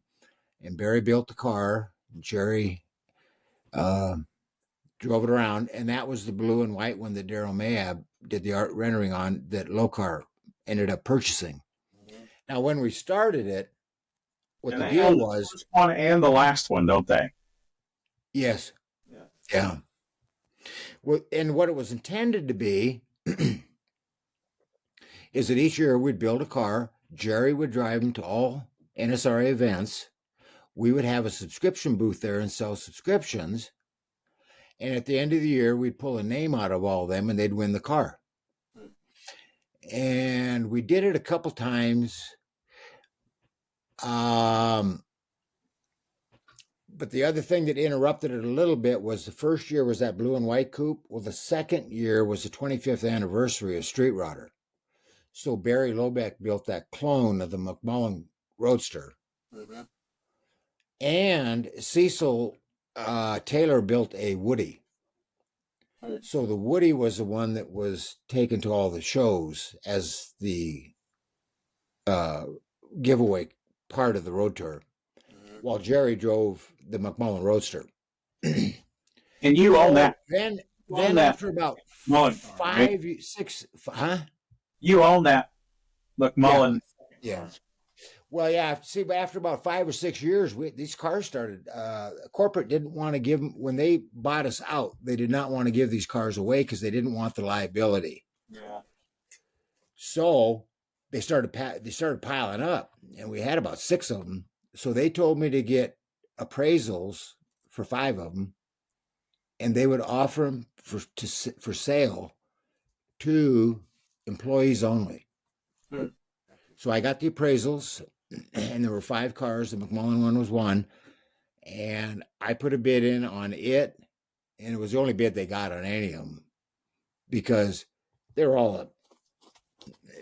Well, the Roadster was a steal, but the other cars were more like, $40,000 to $50,000, which is pretty heavy. Anyway, so I bought the car and I got it, and of course Deb and I, we've driven her back and forth across the whole United States 2 or 3 times, and quite the experiences there. But so there's something about the giveaway. Well, that whole program just continued on, and it is a real testament to the whole industry. I mean, the fact that you can build 26 complete cars from the aftermarket and drive 25,000 miles for 25 years on them, and basically in all, you can pretty safely say there was no problems. I think he got run into in that. Oh, there was a few problems. We had Jerry Dixie on here, and he was talking about it. He goes, but we always fixed them. He said, because, that's how riders are. Problem. Yeah. And he says, you just go to another hot rod shop, and they are happy to help the street rider root tour car out. And he goes, we didn't have major stuff other than, there was one that Hot Rods by Dean built that fairly got stolen. So we had Dixie on here, and we had pretty good stories from Dixie on the road. So, he's a good storyteller. Yeah. I'm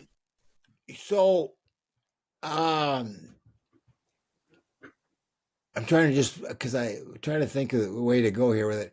Well, so we started the tech center, we started the road tour, and the other one that really upsets me, although I think they just took it off the air, but we also started Engine Masters. And that's what reminded me of that is when you mentioned Harley Koopman, because when we were doing those 300-page magazines and stuff, shit, my monthly freelance buyout was something like $15,000. And we're paying like $100 a page. So I had freelancers all over the country. And a lot of those names come up. Like we had one that was called Doc Fromutter. And he did a series of rebuilding like Y-block Ford, a flathead, a nailhead, vintage off-brand engines, and a Hemi, and so which we gave away at Street Rod Nationals if you subscribed. And to see what's become of it now, it's on TV now with Freiberger and them guys with Engine Masters. They didn't even change the logo. It's still the flames. It just kind of rubs you the wrong way, And but that's one of the things that we did besides just the magazine is we started a lot of programs, that worked pretty good, and that was fun. And I mean, what we always felt the difference between Hot Rod is Hot Rod would wheel and deal their way through their business dealings. Our business dealings were a lot like with the National Street Rod Association. We have an ad rate card. Nobody gets a deal. You pay the same as your neighbor. You pay the same as everybody. Now, but we got into one deal like that really bad, like with Holly. And so do you remember the guy that worked for Holly? Nice guy, but he's real short guy. Trevor? Pardon? Trevor? Oh, Trevor? No. Bill's still there. He's kind of short. Anyway, Trevor, so he comes to it. Yeah, did he work for Holly? Yeah, he did. Okay. If I thought long enough, maybe before we're done, I'll think of it. But he comes to us, and I remember sitting in a Holly trailer, at the NHRA Nationals out here at the drag races of Pomona, and he's telling us, demanding from us, before I think the total ad buy was like $900,000. But for that, they wanted editorial, and we wouldn't do that. And so we were going back and forth and back and forth. And in other words, they'll spend the $800,000 if we whore out our editorial only on Holly stuff, a certain amount of pages. And it was a lot of pages. And no, we didn't. We weren't doing that kind of deals. So Tim really kept to the rate card and stuff like that. And and we're pretty much that way, NSRA's always been that way. Bob's always been very fair that way. And of course, there's probably some deals that are a little different than others, but for most intents purposes, that's a better way to do business than start doing wheeling and dealing, because then pretty soon you reduce the value of what you've got, and it's not very good. But so once I was gone from the corporate world, back in the 90s, I had started buying a few little cars, and I always kind of started buying hardback automotive books. But then Deb and I really got into the antique deal, and to the point that we had a space in an antique mall for about 3 years. After 3 years, we sold about 2,000 items. We broke even. But the stuff we sifted off was crazy. It was good. And we had a great time. And the one story from that I'll tell you is when we would find an estate sale, we'd go to it. On the way home, if there was a garage sale or a moving sale, we'd stop. And we stopped one day at a moving sale, walked in the house, and there's a foyer in there with a wooden bowl with a whole bunch of lapel pins. And like the Lakers, Dodgers, stuff like that. And I dug through, and there were about 9 old political pins. So I just dug them up. I didn't know nothing about pins, nothing. All I knew is they looked old. And I said, $3 for them. So she says, here, let me give you a Ziploc bag. So we dumped them in the bag. I paid her $3.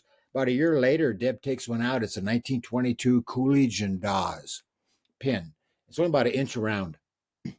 And she put it on eBay for $20. And the next day, the bid was $3,000. And by the end of that day, it was $5,000. It ended up sold for $10,000. Wow. So we're saying, and the other pins in total brought about 800. So we're saying, how in the hell are we going to get our $10,000, and how are we going to get this pin up to him? Well, luckily he lived in San Francisco.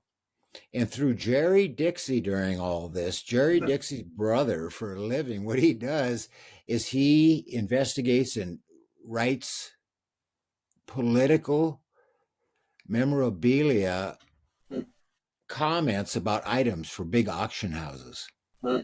So he knows all that stuff. So he knew this guy that bought it was he said it was the 4th largest political memorabilia collector in the world.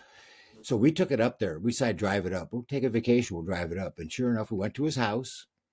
He was a poor rich guy, because his parents owned like 9 huge apartment buildings and sit right downtown San Francisco. So that guy probably never worked a day in his life.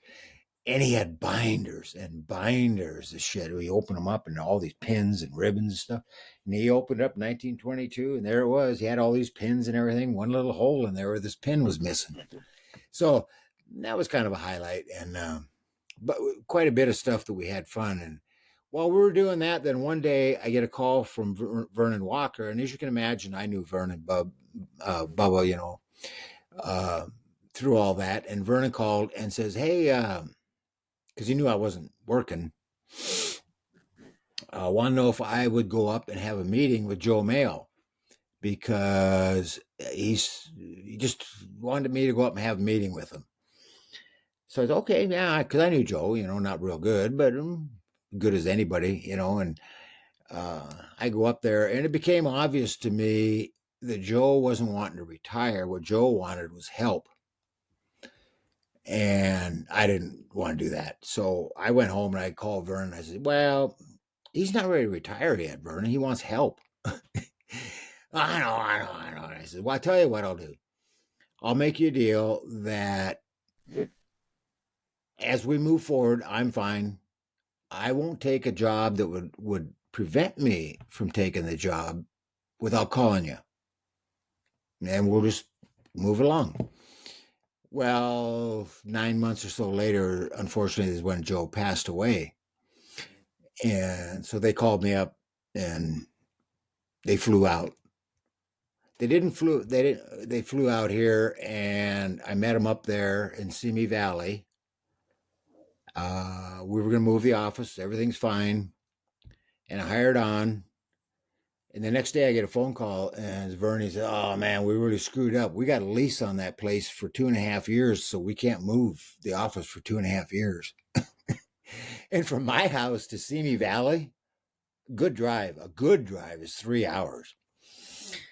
So I would go up for that 2.5 years, or whatever. I would drive up on a Monday, and I stayed in a motel, and then drive home Thursday or Friday. Then we got it moved out here.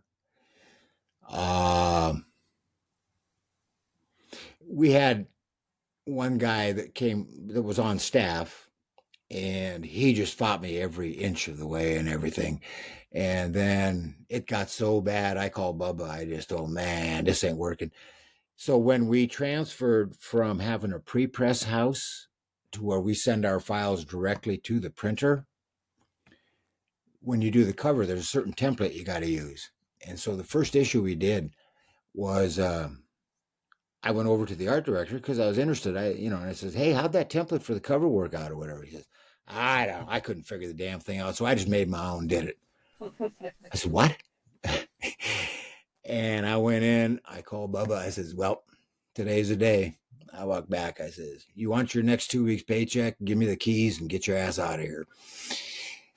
And I think it's probably one of the only guys that NSRA has ever fired. They are the fairest. You really feel like a family working for them. But they're not perfect either. I mean, it's work. I know one time Vernon called me up. We were still at Simi Valley, and he called up, and he says, anyway, it came down to a deal where he says, I want somebody in that office from 8 to 5 every day. And all that. I says, Vernon, you hired me to do this magazine. Let me run it, and then if there's a problem, we'll discuss it and go from there. All right. Well, we never talked about it again. So, because he didn't know, I don't know what that was all about, but the first nationals I went to as an employee, so I'm there, and he comes up to me and he says, hey, Bubba and I want to have a meeting with you. Okay, yeah.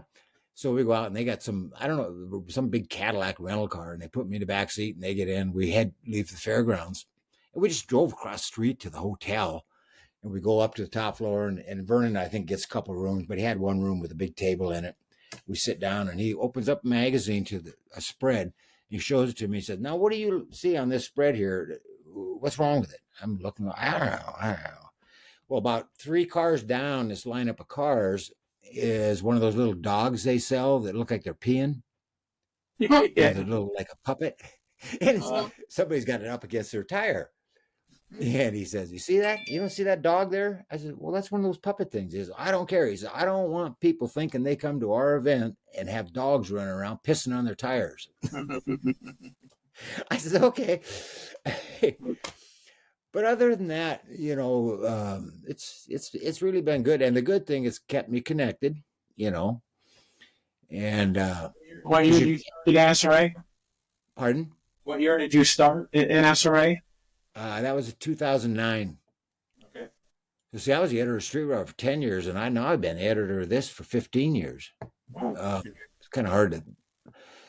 But even though I was only the editor for 10 years at Street Rodder, when I was, I was still involved with it when I hired Brian. The one thing that was funny, I thought, actually, I felt kind of proud of it. I used to make them all on one day when we started on a new issue and the ad list is due. All the ad people and all the editorial people all came together in a conference room when we had a meeting, and we talked about what was going in the magazine so the ad guys could maybe know who to call, and whatever issues there were and everything. But every issue, we had that meeting. And of course, most of the guys didn't like it because usually there were bad things to talk about. No. But anyway, just last week, I went over to In the Garage Media, where Tim and those guys have got their offices. Mm-hmm. And the reason I went is because they'd all be there because they're having their monthly meeting on the magazine. So I thought that was pretty cool that it carried over, And so, yeah, I went over and they shut that down, I guess I told you on the phone, but, I have McMullen Roadster. So one of the reasons I went in is they had told me that they had taken the half, we built a half version of that car and for the corporate offices. and it was sitting in the lobby. And then they took it out when Peterson got involved, and they took it down to the photo studio where they do Hot Rod Garage, that TV show, and some car shoots. And it had been down there. I've seen it a few times on Hot Rod TV, but they shut that El Segundo office down, and Brian and Tim knew where it should be. I mean, I even offered to buy it. You know, I told Tim that I'll buy it whenever it comes available. But anyway, it probably would have ended up in the dumpster. But Brian told me at the Grand National that they got it. So I went down and picked it up, and Deb and I spent 2 days putting it together. So now I got a 3.5 car garage. But it's, Deb and I joke at each other, not on purpose or anything, but we have bought and acquired so much. When I say cool stuff, it's all old. It's all hand-picked. There's no Pottery Barn. There's no retail store-bought stuff in our house, you know, with some furniture, you know, but it's just everywhere you go is just what we think is cool stuff. And that's why I pretty much have the decision I'm probably not going to sell anything. And whatever happens when I'm gone I enjoy looking at it. Like I have, I have my roasters in the front garage, and I have a really nice 64 Riviera that's in my front garage. We want another Riviera. And then we have our Escalade, and now I got the half car. Well, in the back, I've got our custom 50 Chevy that we're building. I got my chop pickup in the shop, and that's all it's going in there so I can move. But outside, I got another 64 Riviera that I drove home from Sacramento. So you can imagine, I mean, it's not a piece of junk. But, and this is true, I tell people, that's what I learned. You shouldn't drink beer and get on eBay. What? I'm on eBay. I see this 64 Riviera on pictures, $3,800. And I'm like, oh, man, I don't know. And I opened the pictures up, and I'm looking at it. Nothing wrong with it. I mean, nothing. And $3,800. So I called the guy up, blah, blah, blah. So we got up real early in the morning. I put a floor jack and some tools in my car and everything. We drove from here to up to outside of Sacramento a little ways. And I bought the car, and the guy said, well, how are you going to get it home? And I said, well, I plan on driving it. He goes, oh, I don't know. Those tires aren't that good on that thing and everything. I said, well, let me take it around the block. So I drove around the block. Seemed all right. and I actually ended up just paying for it and everything. I drove it home. But I didn't need it, you know. But I'm into the thing now for about $4,000 for 64 Riviera. If you want to get your money back, just let us know. Mm-hmm. Yeah, well, I figure it's probably got to be. I mean, I've seen them for $4,000 or $5,000 in wrecking yards with no glass or nothing. I figure it's probably worth about 8 or 10, something like that. I mean, if I wanted to, I mean, I can get it running. And she says, I'm thinking about $2. $2,000? She wants another Ribby. Yeah. It would be bad. Of all the cars we've sold that we built, our Ribby that was in custom runner, she would love to have that one back. Yeah.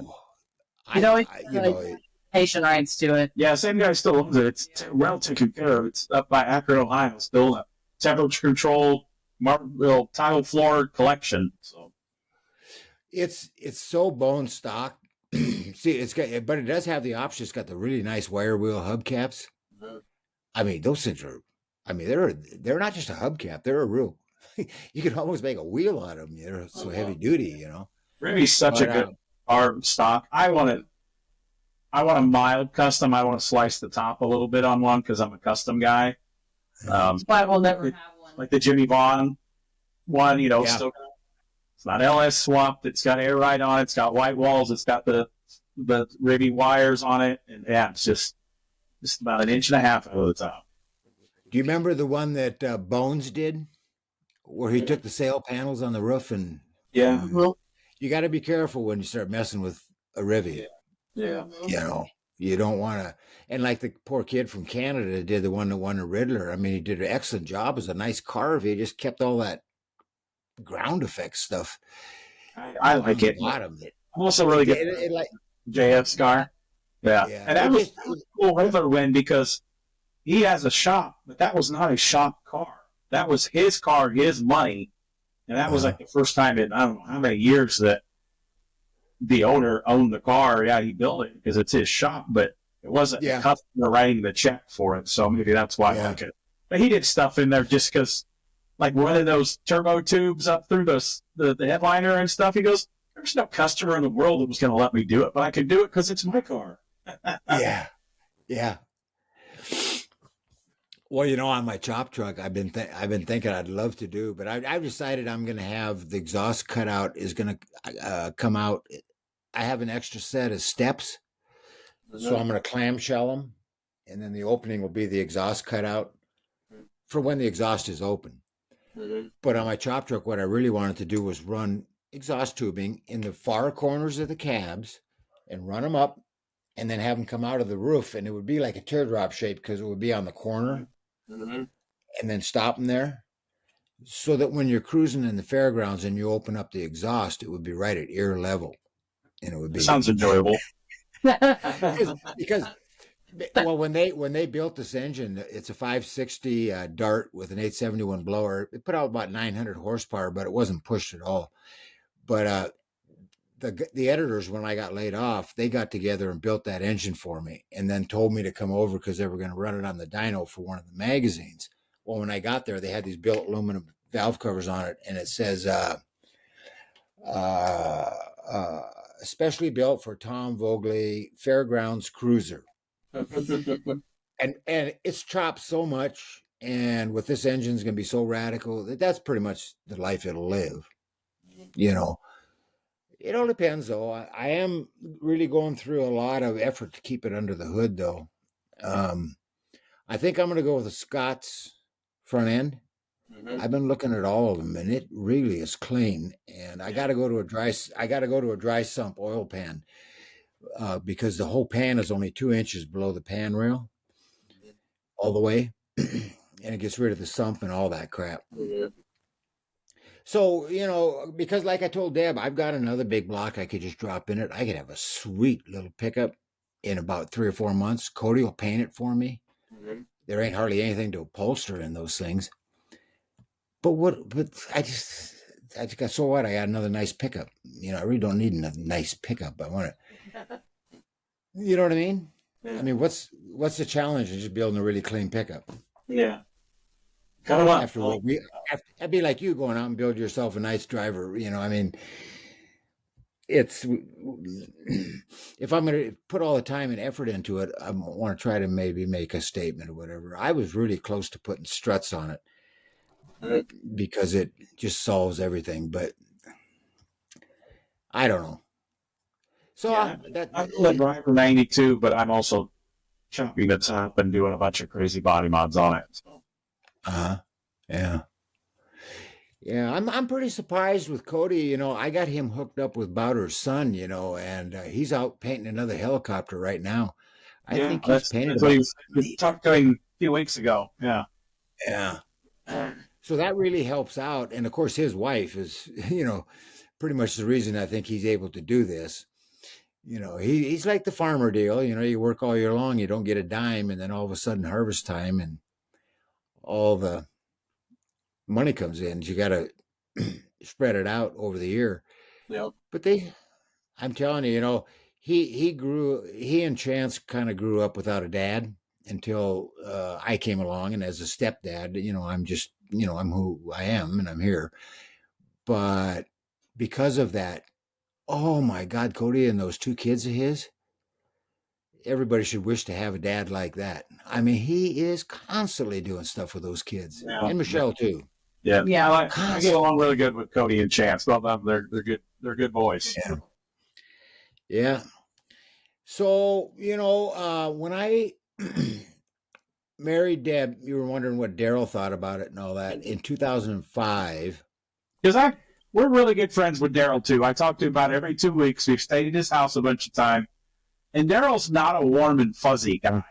You hug him and he almost like he grunts a little bit like our cat. Like he's not a warm and, you know, rainbows and butterfly. Darryl Daryl and I got along really good, and it caused some friction with the family because Deb and I would go back there, and Daryl just wants to hang out, and to a certain extent, her mom with us. Well, we were from California, we were from far a long ways away, and it seems kind of normal, but that didn't sit well with some of the others. And so, but we got along pretty good, and I know Daryl had his ways. I'll tell you, he sat at our kitchen table. This was after we started the column promoting his museum, because we ran that column in Custom Router and Street Router, and it really brought his name and his cars and stuff back to light, because this was in the mid '90s. And he hadn't really been around for a number of years in a major way. But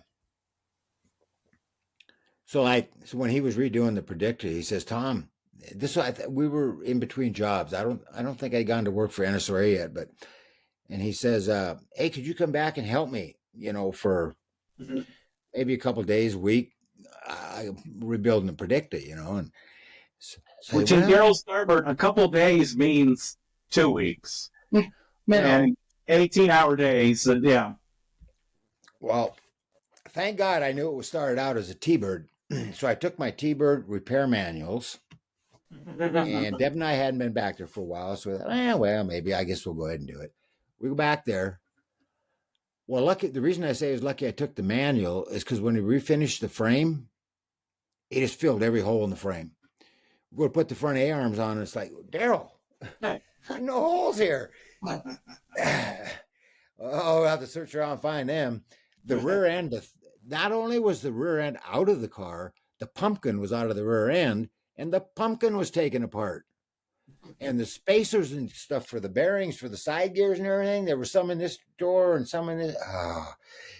Anyway, non-stop for 30 solid days. No, man. I worked on that thing. And I pretty much focused on the chassis. I really didn't do anything to the body. So 30 days putting that thing back together. Painting brake springs, like inside the brake linings, all that. I painted all that stuff, and contrasty kind of with some gray and black and all that. But there was all rattle can, And on New Year's Eve, it's been 30 days. I told him and Donna, we were sitting talking, and I said, you know what? If those metal gates ain't open in the morning, you better get them open, because I'm leaving. If they're shut, I'm driving right through them. I'm out of here. I got to go home. I can't be here anymore. And we left. But it wasn't a bad thing. It was just, I couldn't handle it anymore. I mean, and the car was done. I love my family, but I can't spend any more than 1 to 2 days with them. But one of the things like that's non-car related, how we got along so good was Deb and I flew to New Orleans, and then Darryl and Donna came down, and then Posey and his wife came, and we got on a paddle boat in New Orleans, and we went up to Mississippi all the way to Memphis. And Danny from Memphis came and picked us up. Who was George Poteet's guy? It took us out the ranch and blah blah blah and all that. It took us down on Beale Street. Is that Beale Street? Yeah. And but you can drive from New Orleans to Memphis probably in about 7-8 hours. We were on this paddle boat for 7 full days. And out in the Mississippi, it was no big ocean liner. Yeah. I was so bored. I had nothing but some shorts on the roof, sailing kites off the boat, on the river. And by the time the cruise was done, the guy playing the little karaoke bar, and they had a little bar out back, and then a guy was playing a karaoke thing all the time. But the bar guy, last 2 or 3 days, we just walk up the bar. He just give us drinks. I mean, he didn't charge us. And it was a really good time because we all just talked about stuff that, One time I went back to Posey's, and he and I went to Hershey, but he had a cabin, really nice cabin. And Posey, he'd fixed it all up really nice and whatever. And so we went to Hershey, and there was about 5 other guys. And so we were all staying in the cabin. And we woke up one night, and this guy screaming and yelling at Posey, "What are you doing walking around naked in here?" And all this stuff. And, well, in reality, Posey had just got up to go to the bathroom. He had his shorts on and everything. But the guy had flashbacks and problems with memories from Vietnam. Mm. And it took about a half hour to get him, because we were stuffing every corner of that cabin. Nobody knew him, and did. Anyway, it was pretty weird. And so we did a lot of, when Dick Dean passed away, they came out here, and we went to I think it was actually a funeral for him. And afterwards, we went to a resort over by Palm Springs. We had bitching like a 2-room apartment type place, and the patio had a hot tub on it, and it had springs running through it with hot water and other stuff outside and stuff. It was really a nice place. We check into that room, and this is typical of every Starbird gathering I've ever been. We sat there and we talked up one side, down the other, over here, down there. And pretty soon we said, damn, did somebody turn a light on or what? And it was getting light. We sat up all night long talking. Some good, some bad, but I mean, that's the way it was whenever we got together. It was just, and of course, I have this famous joke whenever we get around with Deb and her family and her mom, they would go, "No, that's not, Deb, that's not when we lived in Harry, because you hadn't even started first grade yet. That was when we moved over to the other street." And they were going for half an hour that way. But there, it was good times, real good times. And we felt good about supporting the museum and the Hall of Fame and all that kind of stuff. And at that time, the other thing was good about all my time at Street Rodder was the fact that, well, I don't know, for probably 10 years, we paid for like the it started out the SMMA, then it went to the SRMA, and now it's like HRA. But those SRMA ones in the early years, I mean, Street Rodder was paying for all those banquets and everything. We were writing $50,000 checks for those things. And, but it was all, being part of the industry and making it happen. But Yeah, we had the Slovers on here from Big Jake's. We had Slovers on here, and I kind of forgot about how much his dad was a part of all that. Yeah, I knew about Pete and Jake's. I kind of forgot. He told us the stories about being part of SRMA and working with titling stuff and, the NSRA and all that stuff in SEMA so you could title fiberglass bodies and all that. It's a really good interview. Yeah. Good. Well, when I was at the Triple Crown this year, Jerry was there. And there's some people, and you guys probably know this being in this industry, that I walk up and talk to him, and it was like he saw me yesterday. Mm-hmm. Or that we talked yesterday without even really, being able to see. I mean, he's got a sharp mind. Yeah. Yeah. And so I think from going, having a dream and living on a little farm in a pretty remote place to the chances I took by moving in an industrial unit, because when I moved in that industrial unit, I didn't know anybody. So here's my deal. I built a plywood cabinet that I still have in my shop here, But over the years, I've been putting pins and decals and stuff. So and in pictures, you can imagine there's some pretty cool stuff in there. And what I did is I took a set of contact ignition points and I mounted them to the sill plate on my door. And I took a piece of leather and put it in between the points. And then I had a spotlight on that cabinet. So and the string was tied to the door. So if somebody busted the door or whatever, that spotlight would turn on and shine right in the door and it would blind them.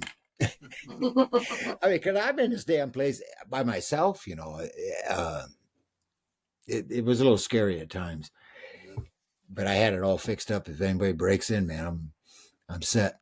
So, as we've covered about everything, so you've been a part of the industry and still part of the industry from the early days of street rotting. Like I said, I got to be friends with Chuck Lombardo, and he told me a story. It was him or one of his buddies was one of the first guys to do a technical to go to a junkyard and get a Mustang 2 out. This is before there's 30 companies selling Mustang 2s. So, yeah. Of all the eras that you've been a part of, what do you call the heyday of hot rodding or street rodding? I mean, it's pretty amazing now that you can order all these chassis from Morrison or Ruster Shop or Scott's, and sadly we've lost Fat Man went out of business here recently, and Heights has changed hands, but you can order all this stuff. You can order a crate motor with turbochargers or superchargers on it, and we're kind of spoiled now from the industry that you have to go to a junkyard and get a cross member out. So what you call the heyday of? Well, I think that what went along with it is, I think for a number of years, when the smoothie look started to come into play, because that kind of was with Little John, and it bled over into Boyd. And not necessarily the style of the smoothie car, but along with that came the billet aluminum stuff, which allowed shops like what we were doing at Boyd's all around the country to do is build your own parts. Yeah. And I agree. That time also of that stuff and the creativity, and then the Dare to Be Different cars, and that kind of era Cadzilla come out. And, but see, the thing is that with the Dare to Be Different, and then of course the pastel colors and all that kind of stuff, those kind of things, well, they didn't last, for one thing. Friends. Yeah. True friends. And they weren't nearly as technologically advanced or as hard to perform or stuff as starting from scratch, building a car with cool things, So I think when people were using their own creativity, and it's still going on today, unfortunately, it's gotten way out of hand and too expensive. But I would say a car today that would be similar to that would be what the 36 that Troy brought to the Grand National Road Show. It's totally hand built. Totally, yeah. It's absolutely. I mean, how'd you like to break down alongside the road with that and try to take one of them suspension bolts out? I can't even see how the hell the bolt comes out, let alone take it out. All that, like under the hood, the whole thing about like braided stainless and stainless hardline. Man, give me a rubber hose with a hose clamp. Yeah, you can fix it alongside the road. Yeah. Deb and I, when we took the Roadster back to Louisville in 2000,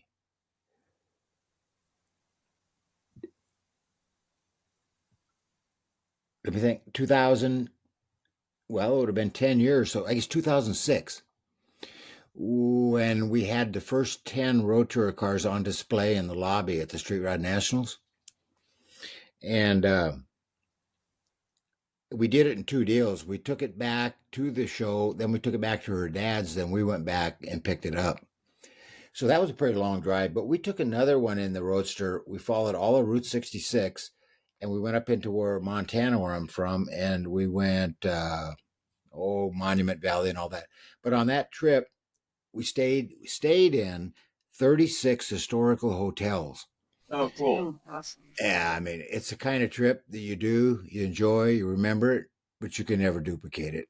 Mm-hmm. It was just, And the other thing in 2005, I don't know if did you guys ever hear anything about our wedding? Or okay, so in 2005, what's your favorite Eagles song? Standing on a Corner in Winslow, Arizona. Yeah. It's a girl, my lord, in a flatbed Ford. So I have our flatbed Ford from our farm. I brought it down here because it was going to deteriorate there. It's a 52 F1 with a short flatbed. Mm-hmm. It was in October, right before SEMA. And we took it over to the La Posada Hotel in Winslow, Arizona. Okay. And that's where we got married. Oh, cool. And all the guys from the magazine stuff were there. Barry and Jenny Lobeck, Posey and his wife. Of course, all the Starbirds. Quite a few industry people came because they left from there and went to SEMA. Yeah. And the hotel it's been ongoing restoration, but it's a pretty cool deal. And we had the flatbed Ford out there with hay bales and pumpkins and stuff on it. But the funniest thing about it was Tim Foss put it on a flatbed trailer and took it over there for us. He had 2 flat tires on the way over there because all the wood or nails and stuff that were in the wood flatbed of it were falling out all over the place, all over the highway and everything. But he got it over there, and people still talk about that wedding, that were there or remember it because it was because in Winslow, Arizona, trust me, there is nothing else. Yeah. We drove through there. It's been a heck of a ride, and right now, like what I do is because with the NSRA. Everybody knows we have quite an aging demographic. And so that's kind of you're always dealing with that one way or the other.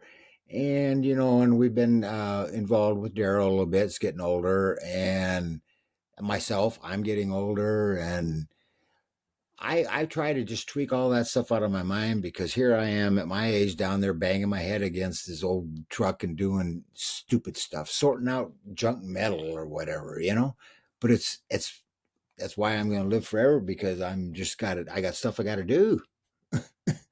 I got stuff I got to get done. Yeah. And that's what I try to keep that attitude that I got way too much stuff to get done and stuff I want to do before I die. I mean, so because I don't want to get drugged down into, and I know in talking, I talk quite a bit off and on with Darryl nowadays and stuff, and he remembers a lot of his memories, his good times, and that's something really precious to hold on to, because as you get older. For a lot of people, that's all they got left is their memories. One of my good Darryl stories. I think it was the first time I ever stayed at his house. I forget what we were working. I stayed for a week with him. He tells, I go, "What time is breakfast in the morning?" And Donna was still alive then, and he goes, "Oh, 7:30 or something like that." I'm like, "Okay." I wake up early. I'm dressed up there. I have my computer up there, my phone. I'm doing some emails and looking at some stuff. So I was like, okay, I'm not going to go down at 7. He said breakfast is at 7:30. I come down about 7:25, and he starts ribbing me. Well, I didn't think you were ever going to get up. I go, dude, you said breakfast was at 7:30. So the next morning I get up and I'm downstairs ready to go before 7. Well, he's up walking around, stretching, looking out towards the lake in his underwear. I go, "Darryl, what are you doing in your underwear?" "I didn't think you'd be up yet." I go, "Well, you gave me a hard time yesterday, so I got up." So, so I've seen Darryl Starbird in his underwear more than once now. I've seen him, Well, I can guarantee you from our side of the family, Deb and I and such, and from talking, and Darryl thinks a lot about you, both of you guys. But it means a lot. He thinks a lot about you guys, and Deb and I laugh, because we'd been doing the museum updates in the 2 magazines for quite a few years. I don't know exactly, and so one time Donna and him are out here and we're sitting at our kitchen table and Deb and I are sitting there. And I don't know how we got on the subject with her, but we were talking and he was talking, and he wanted us to do more for him and stuff because he really wanted to. I don't think he ever really realized how much notoriety he had within the industry. It's amazing to me. Amazing to me. I don't use Darryl's name in any way other than the fact that I'm proud I'm married to his daughter. In other words, I'll mention Darryl's name to people, but not for me, is because you'd be surprised how everybody knows him. I still, Everybody knows his name. people know that I'm friends with him. I'll post online, like if we went and seen him and stuff like that.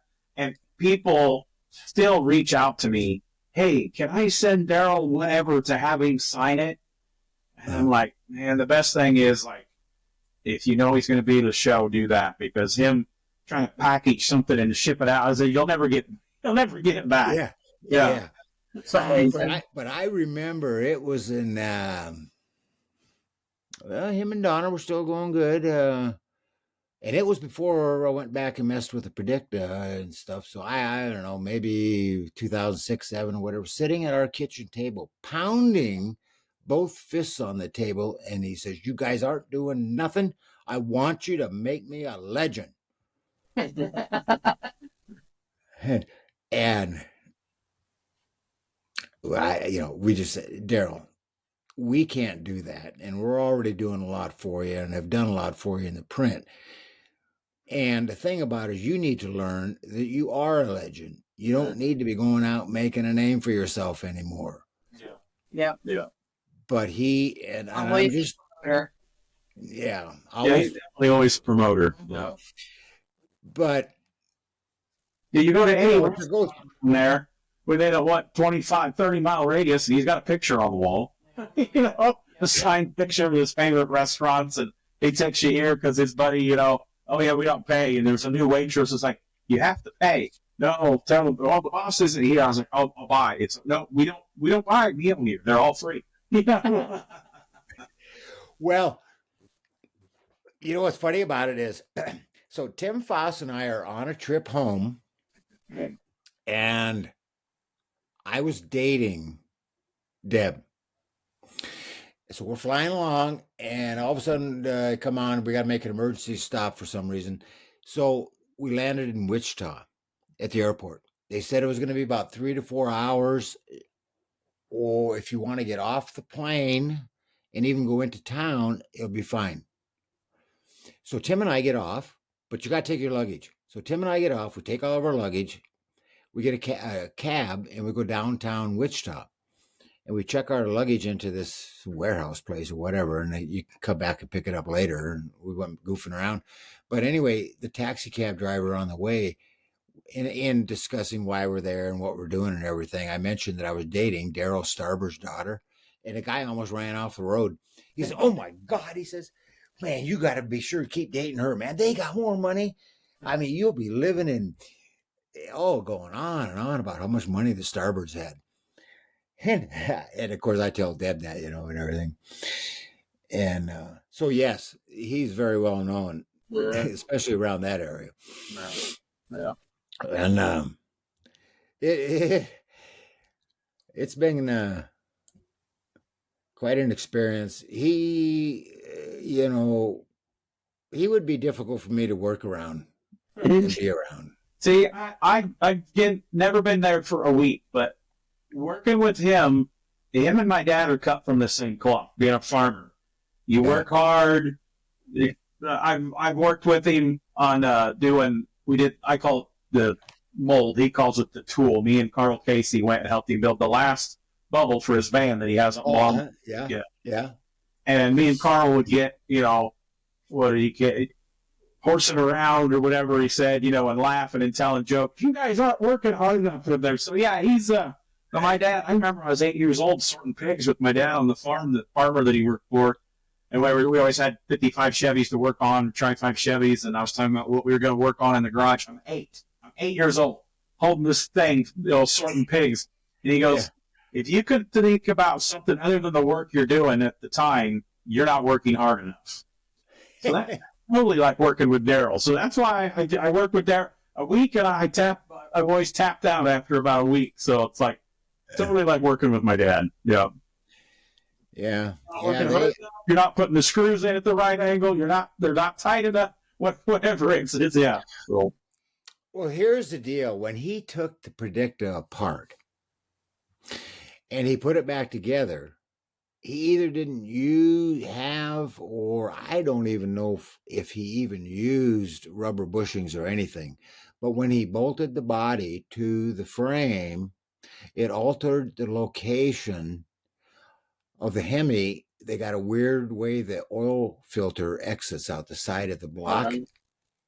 And most people either do an adapter with hoses and mount the filter somewhere else to make it fit. So we got everything's all in, the engine's in, everything. Time to put oil in, get the filter on. He's already got a little filter. I mean, it was only like, it's like I think it's a pH 12 or something. It's only like about 3 inches long, 4 inches long. That wouldn't even fit up in there. And I says, Darryl, there's no way this oil filter is going to fit, was on here. Yeah, well. I had no way. There's no way it'll fit up there. Yeah, we argued about it. Well, you come and look at it then, and there's no way it would go in everything. So that was the end of that day. And we get up in the morning. I went under. I could not believe it. The filter was on.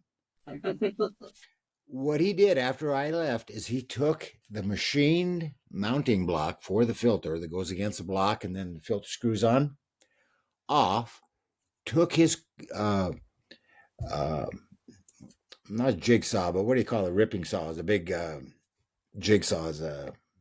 Sawzall. Huh? Sawzall. Sawzall. Yeah. On the machine surface and cut it on an angle so that the thing would, when it went up to the engine, it would go on an angle. Well, now you've got two long bolts that thread in that are like this.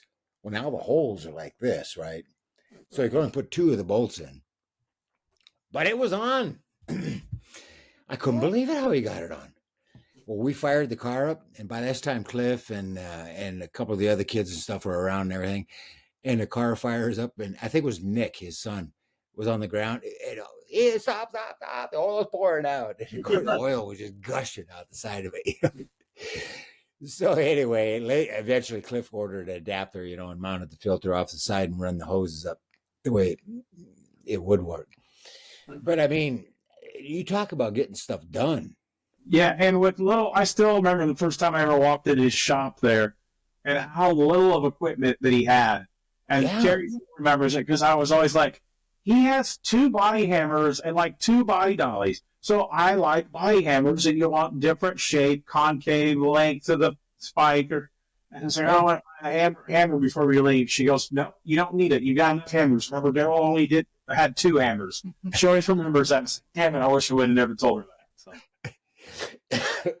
The worst thing that happened to Darryl when he went on that TV show and they were building cars, Monster Garage, was that it? Yeah. Yeah. Because they all got new toolboxes and new tools and everything, Because when I went in there, every tool in there was not only he didn't have very many hand tools, every one of them looked like they'd been beaten and driven over by somebody. Yeah. I mean, they weren't even in the best of shape, Yeah, and he gas welds almost everything. And he says, they gave me a TIG welder. And he said, and he built one of the cars with a TIG welder, and he was pointing out the side. He goes, that car took me the longest to build because I TIG welded everything. I got that car done, and I gave that welder to Cody. So he said he got rid of that damn welder that he wanted off Monster Garage because it was the slowest thing he ever did. Yeah. Well, that Predicta was, you could drive it from either side. Mm-hmm. Mm-hmm. So it's upholstered. Everything's in. We had pried around on the bubble top enough to where it fit pretty good. I mean, he had a bar lifting up on the pan that goes between the deck lid and the interior, where the hinges were bolted underneath there to get it tweaked and everything. So that was all good. But the pedals wouldn't swing for the dual driving position. And he had put those pedals onto a tube that ran through the console over to the other side, in between another piece of tube. And there wasn't a bearing in sight or nothing. It was just tube inside tube. Over the years, that thing froze up, rusted and everything, It would. I mean, you could, if you sat in a seat and pushed all God Almighty as hard as you could, you might be able to push down the floor. Then you'd have to get out, get both hands on it, and try to pull it back up. So here we are with it upholstered, and this is a typical way that Darryl got things done. I got rat rags and everything in there on there, and he's underneath the dash with his blowtorch on his cutting torch, heating the thing up, trying to loosen it up and everything, and sparks flying everywhere. And I'm trying to cover all the white upholstery and everything, you know. And he's in there in the finished interior with one of them big torches blowing flames all over underneath the dash, you know, trying to get it. But we got it undone. But, you know, what? So don't ever challenge Darryl, because That's right. Still in this day. Yeah, tell him he can't do nothing. My dad's the same way. So here we are. We've been talking just about 3 hours. So I think we've covered a lot for this I'm getting podcast. kind of hot and hungry and thirsty. And Yeah. Is there anything you want to add before we sign off here? we Yeah, can probably turn right So around. in a couple days, I'll be like, oh, I forgot this and I forgot that. Always Yeah. part 2. Oh, well, the one other thing. Here's a good way to end it. I counted up roughly since I became editor of Street Rodder in 1987. And we were sponsoring all these things like at the SEMA show and the Street Rod Nationals, these gatherings. Well, what happens at gatherings, right? Awards. Well, what happens at awards? Somebody gets up and gives a speech. Nobody was going to do that for Street Rodder. I had to do it. I hated getting up and telling speeches and stuff. And so I estimated pretty accurately, I've probably written well over 100 speeches and delivered at least 75 of them. Yeah. See, I enjoy doing that. I like doing the speeches and like you weren't there last year, but we did the Hall of Fame induction at Tulsa. We're going to do it in Lincoln Museum this year. And I wrote all the speeches and all that stuff and gave most of them. And I know this is going to surprise you all, but Tim likes to talk.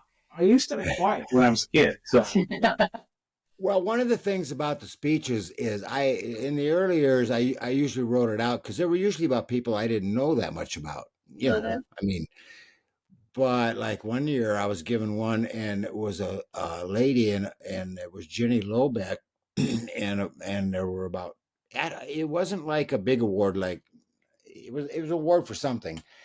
And so about 5 ladies got up and came on stage, but the winner was Jenny Lobeck.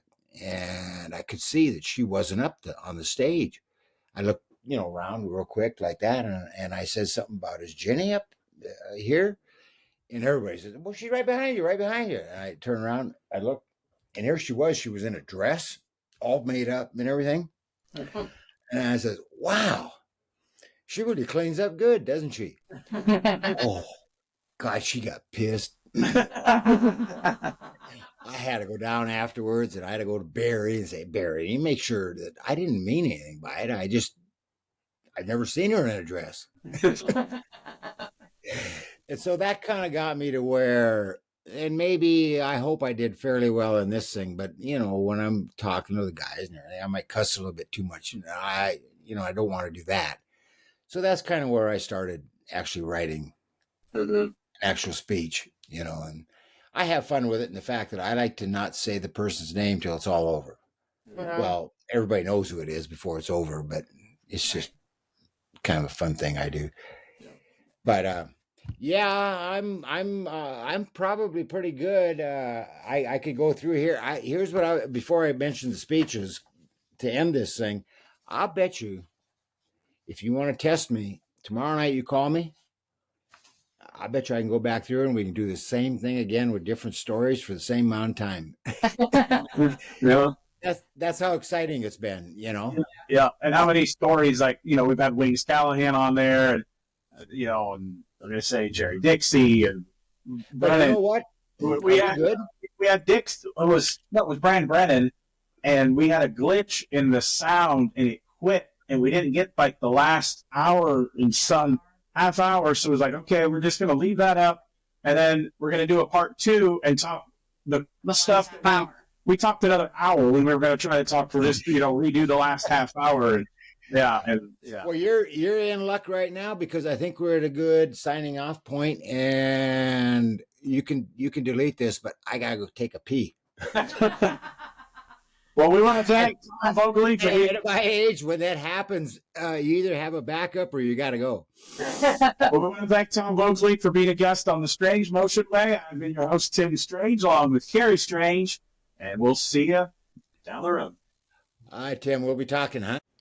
The Strange Motion Way podcast, brought to you by Royal Purple Synthetic Oils.